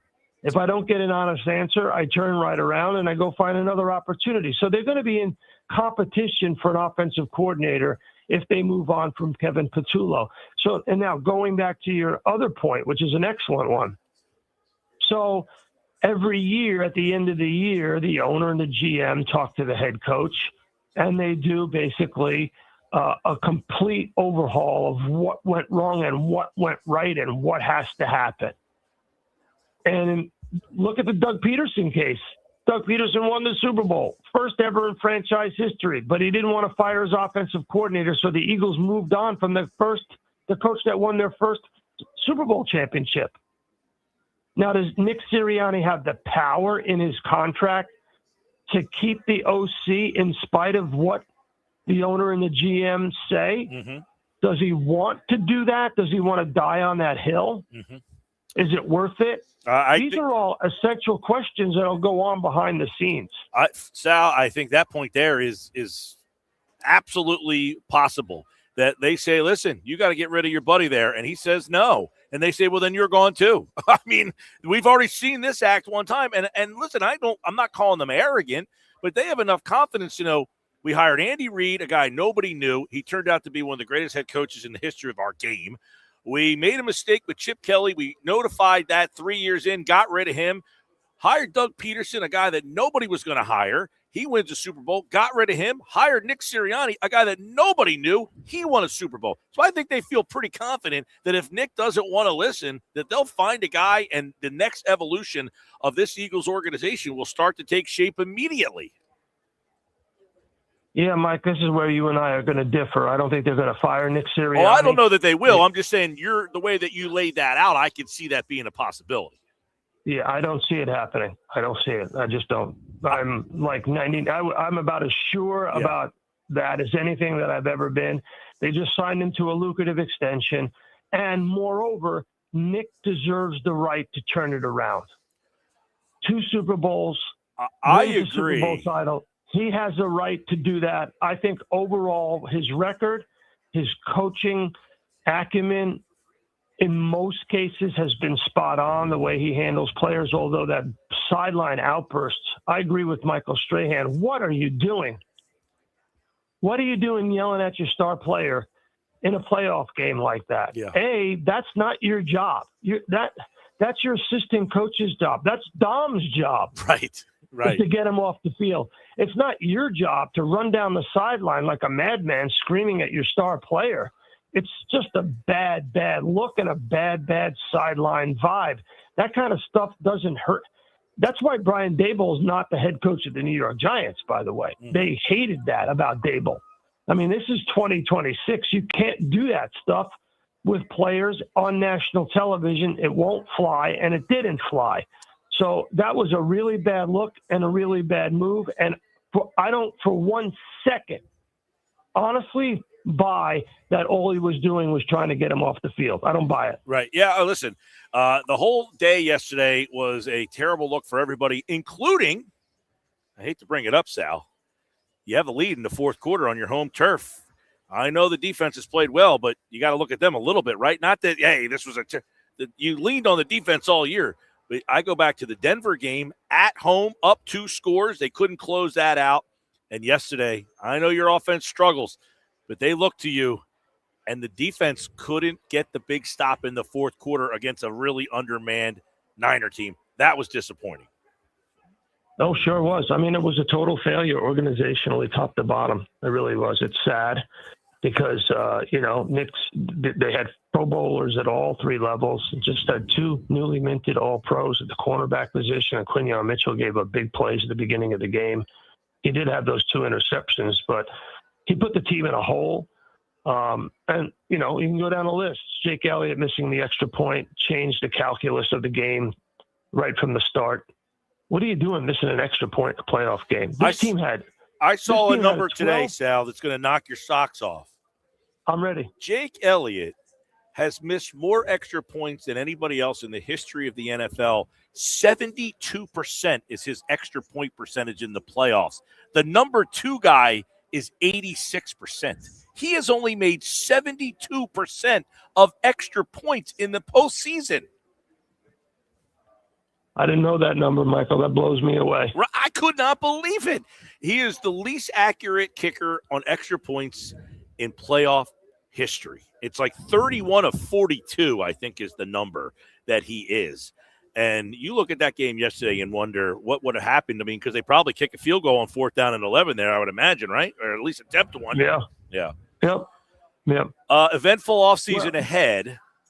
Yeah, and the first thing we'll find out is, Lurie will meet with Roseman and Sirianni, and they will make a decision about what to do next. And that information will begin to slowly leak out. They're not going to announce this kind of stuff. I'm sure there'll be a postmortem press conference at somewhere along the line. But, if you're going to move on from Kevin Patullo, and in my 33-year career covering the NFL, Mike, and you know me very well, you and I have had a relationship now for well over a decade on your show, and thank you for that. And thank you to Johnny G, the Griner team at Berger Realty in Ocean City, New Jersey, for supporting your radio station and my appearances. And you know me, I've never on this show advocated for a coach to be fired. Never, ever.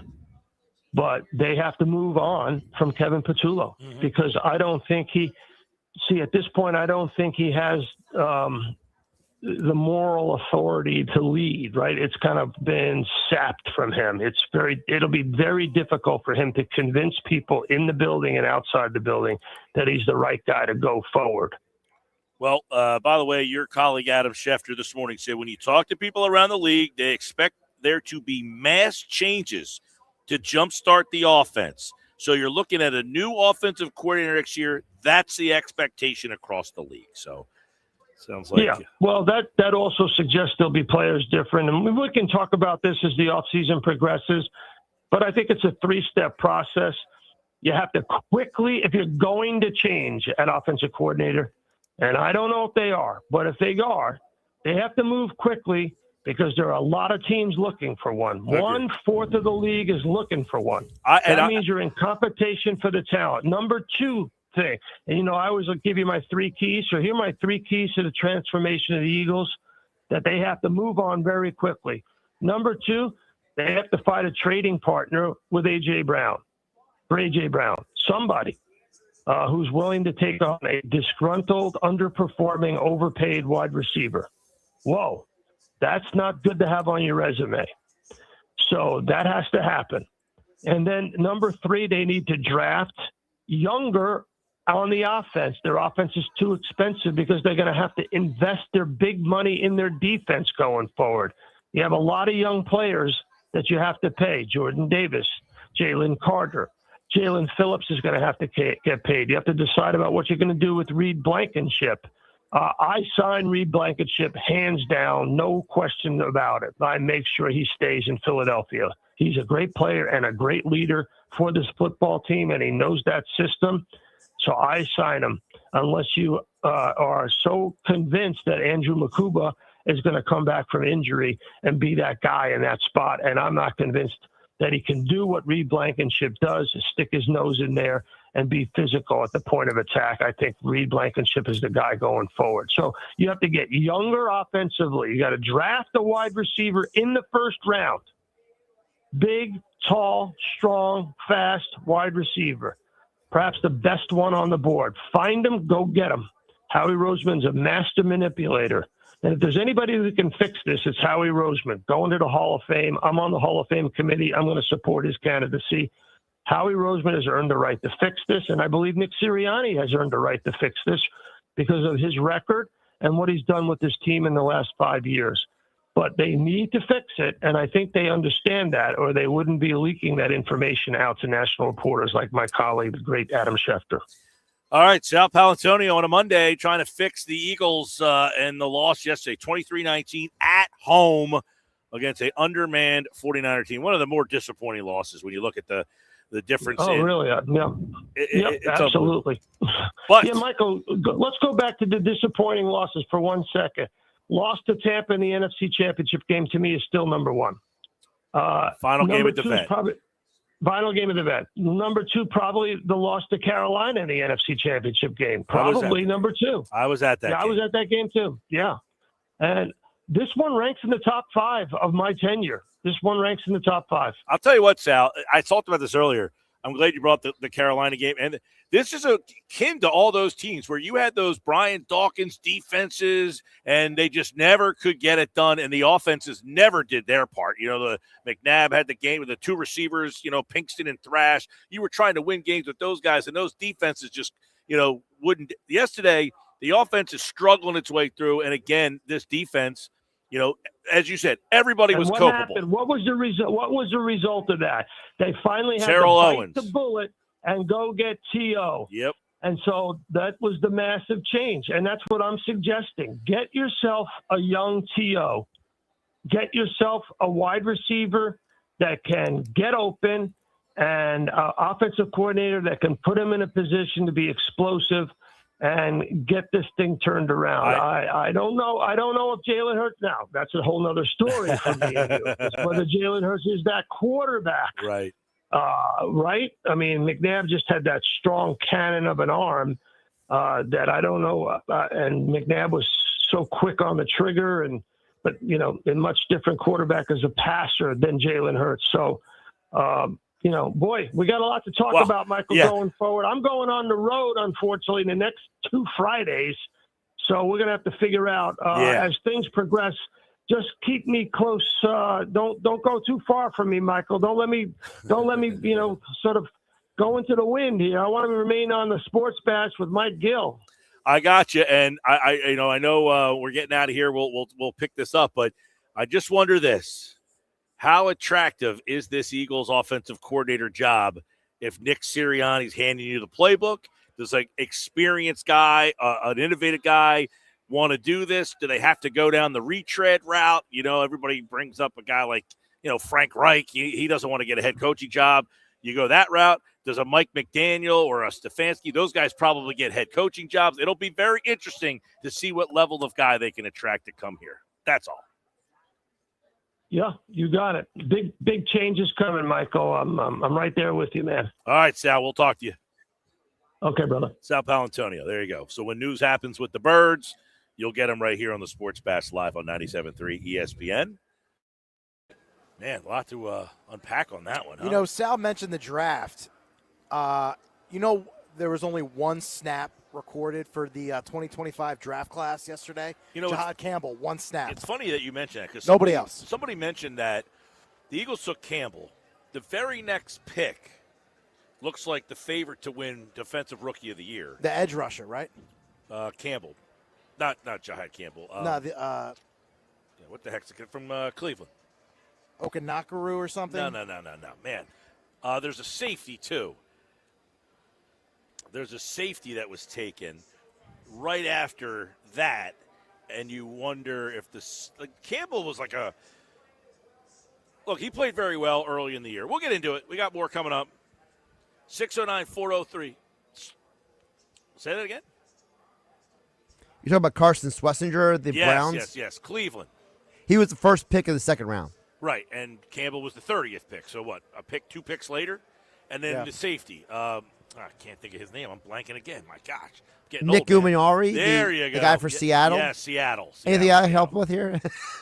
Seattle. Oh, we're out on the road at Fanatics Sportsbook. There's people at the bar drinking, having a good time, pointing at us, laughing, people staring at us. You guys walking by with a toupee. One of the worst toupees I've ever seen. I mean, we're a little distracted out here. All right, we got a half hour or so left to go. Text board rocking and rolling today, 609-403-0973. Get your text in. We'll read as many as we can coming up next.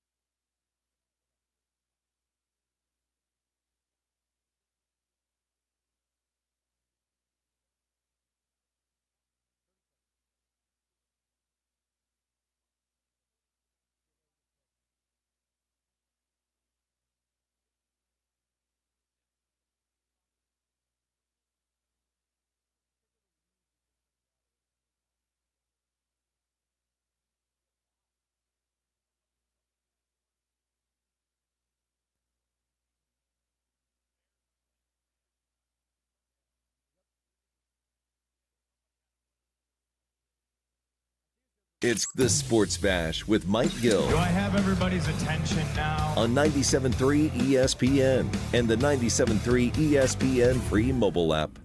I played for Harbs. Of course, I would consider him an upgrade, but I understand I'm also biased in that. I can't be objective in it. But, man, that would be a tough sell. I mean, I guess that John, because he was a special teams coordinator in Philadelphia, would make it make sense. But, man, it feels like it'd be a knee-jerk reaction to what happened this season. And I don't know that the solve needs to be that dramatic. That was Chris Canty this morning on Unsportsmanlike. It's not our Unsportsmanlike moment of the day, but maybe it should be. Is that Canty saying that the Eagles should keep Nick Sirianni, or is he just saying don't fire him for Harbaugh? What an offseason this is going to be. That was Sal Paolantonio earlier on the Sports Bash Live, 97.3 ESPN. So we got a lot of text messages, 609-403-0973. 609-403-0973. Let's try to get as many text messages in between now and the end of the show tonight. The program, if you will. All right, I'm going to rattle through these most recent to backwards fast as I can. So okay, this is all going to be in your hands, Mike Gill. How many we get through? You ready? Yep. All right, we're going to start here. One of the more recent texts that came in. Whoa, hold on a sec. That was not good. George from Gallo says the only bright side is that we have finally regained the feeling of my toes, he says. He was at the game yesterday. All right, well, warm up there, George. Now, Henning, you were at the game What yesterday, kind of reaction were you expecting to get from me on that? I mean, come on. You got to give the guy a little more than that. Wear socks? I mean, what do you want me to say? Well, Josh, real quick on that, how was the vibe in the stadium? Were there a lot of impatient boos or what? I mean, there was actually less booing than I expected at certain times. I felt like the people on social media mischaracterized some of the fans. Like, they were not booing when George Kittle went down, for example. Like, there were people online saying they were booing.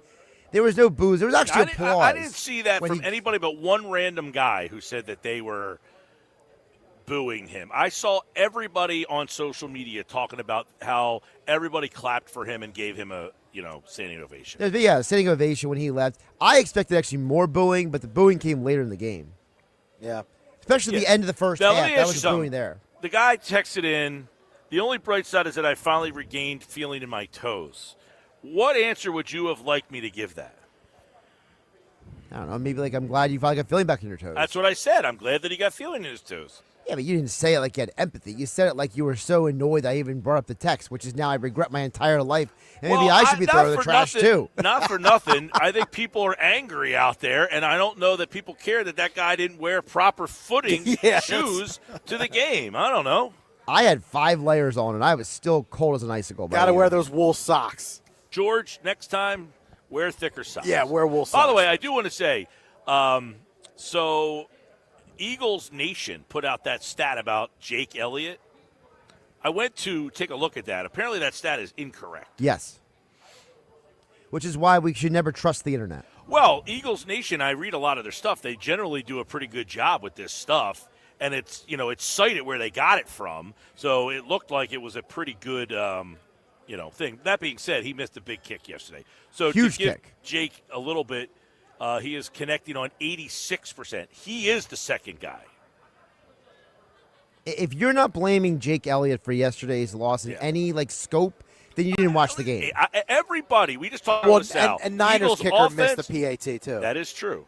And that was a big moment in the game when he missed that extra point, because it then made it a weird – because it was like the Eagles got the point back, kind of, indirectly. In a weird way, yeah. In a weird way. But to be fair to Jake Elliott, that stat that was put out there by the Eagles Nation was incorrect.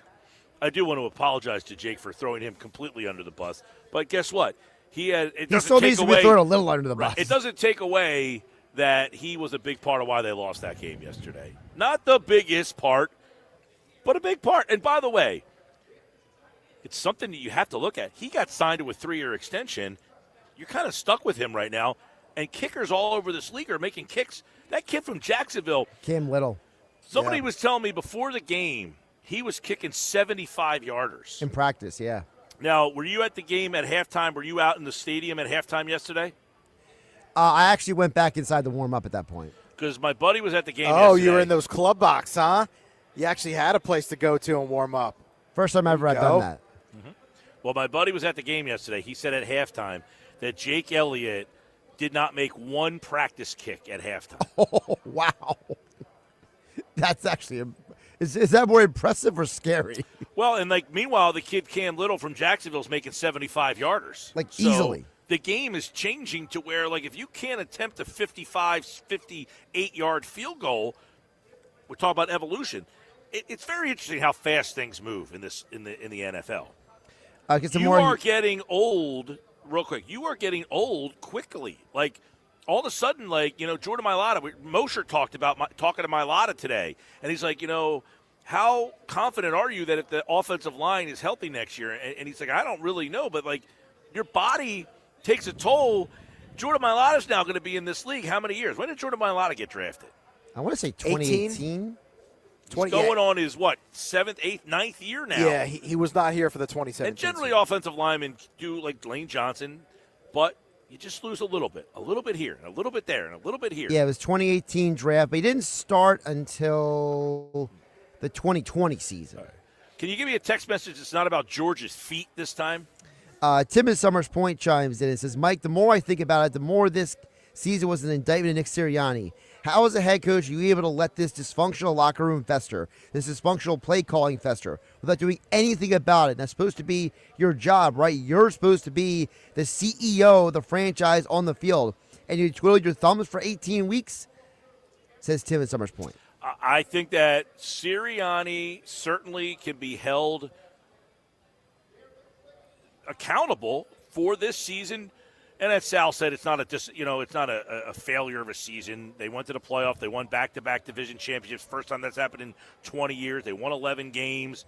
But the offense was a disaster this year, and that's on Nick Sirianni. The whole stuff behind the closed doors, the locker room things, the A.J. Brown thing, that happens on these teams. I don't know that we'll have to hear more, and we'll see if the Eagles act on this and do something with A.J. Brown. Every team goes through these type of things throughout the course of the year. Now, was it bigger than we've been? I think a lot of people think it's bigger than they got out there. Especially if a new coordinator comes in here and it's an entirely different offense. What is Nick Sirianni doing? Well, is he just going for it on fourth down and kicking field goals? Well, and that's it. And that goes back to the conversation, Mike, you and Sal just had a little bit earlier about how it's he doesn't do defense. He doesn't do offense at that point. What is he doing? Right, well, I'm going to ask a question here. I can't stand when people say that. It sounds ridiculous. What does John Harbaugh do? Does he do offense? No. Does he do defense? No. So what is he doing? He manages the team. He manages the team. But in this scenario, Sirianni will be stripped of the offense. He doesn't run the offense now. But it's his offense. So but John Harbaugh does. It's not his offense or his defense. What would be the point of keeping Sirianni if you do that? Okay, what's the point of having John Harbaugh be your coach? Well, he got fired. But what was the point of having him be your coach? He's like a culture builder.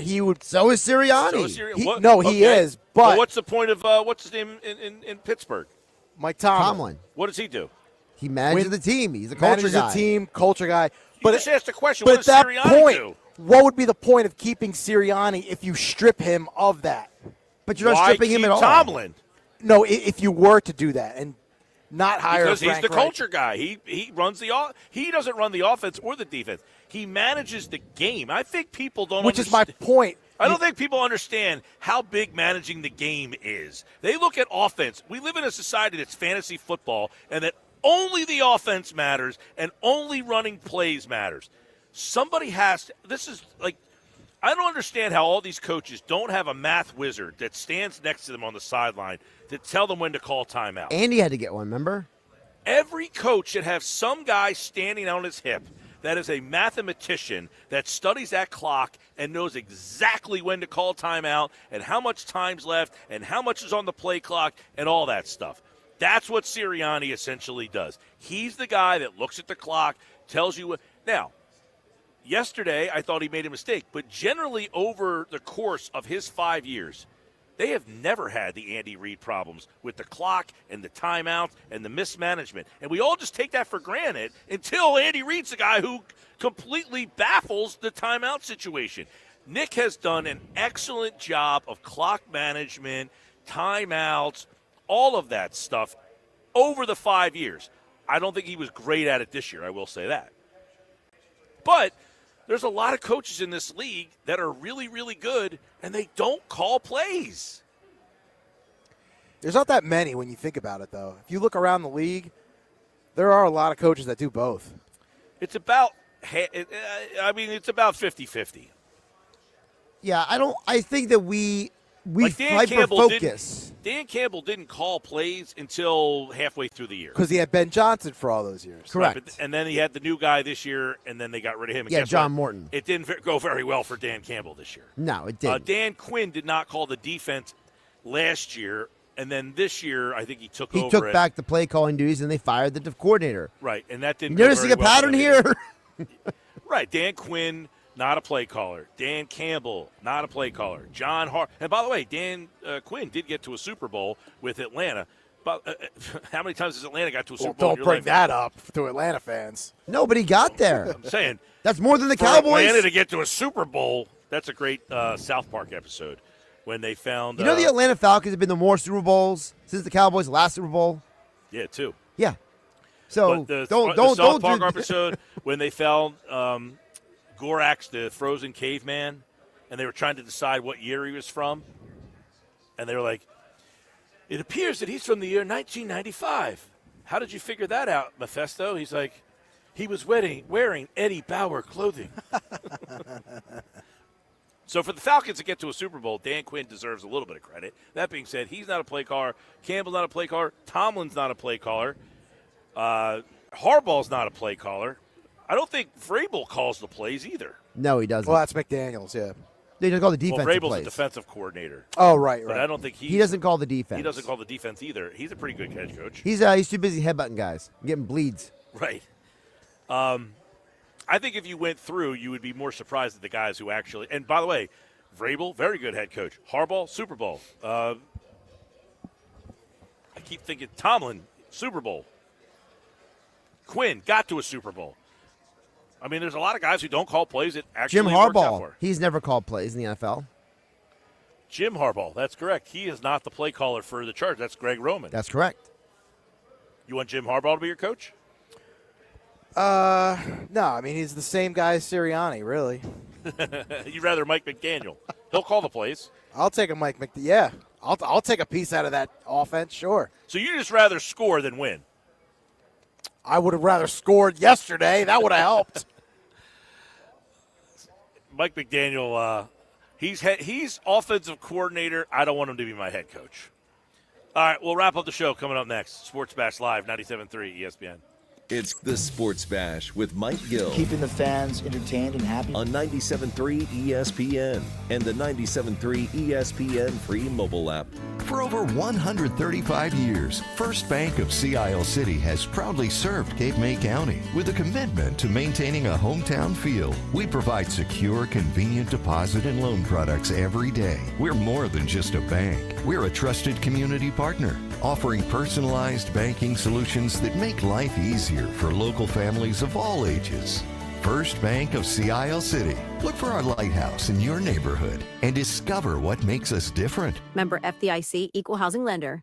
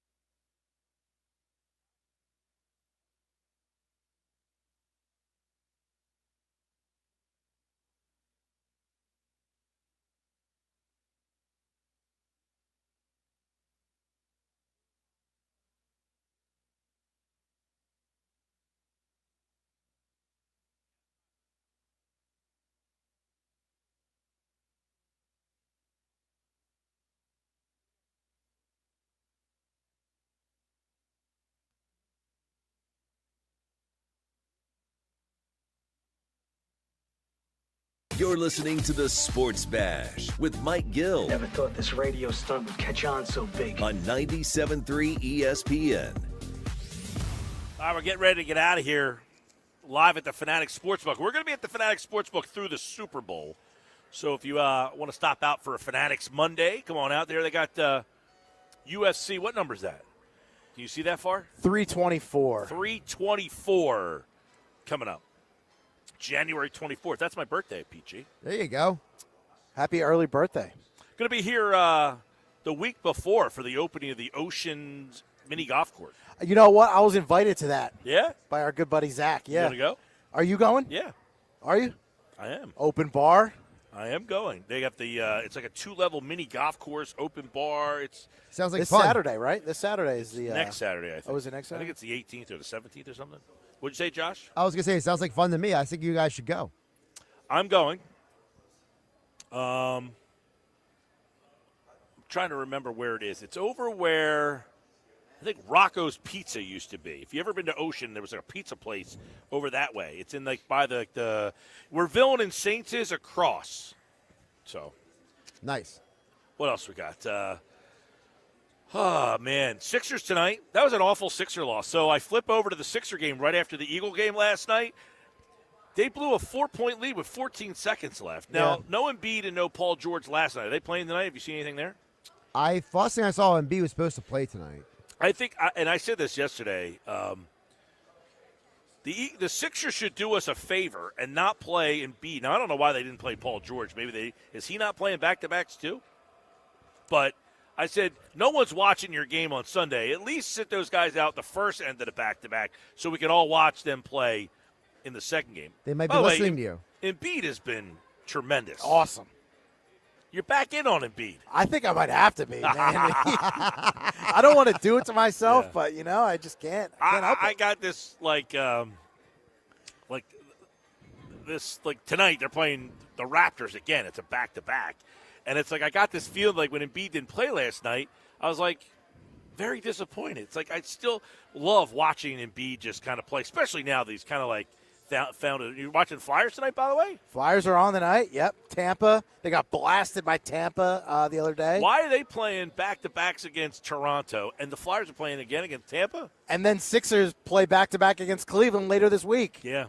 Not back-to-back days, though. Not back-to-back days, but back-to-back teams, which is weird. Weird. All right, tomorrow we'll see what happens. I wouldn't think that a decision will be made on Patullo until probably midweek or after. But as Sal Pal said, they better act pretty quickly on this if they want to get somebody good. All right, off-season's here. We're all over it. Thanks to the Fanatic Sportsbook. Talk to you tomorrow, everyone.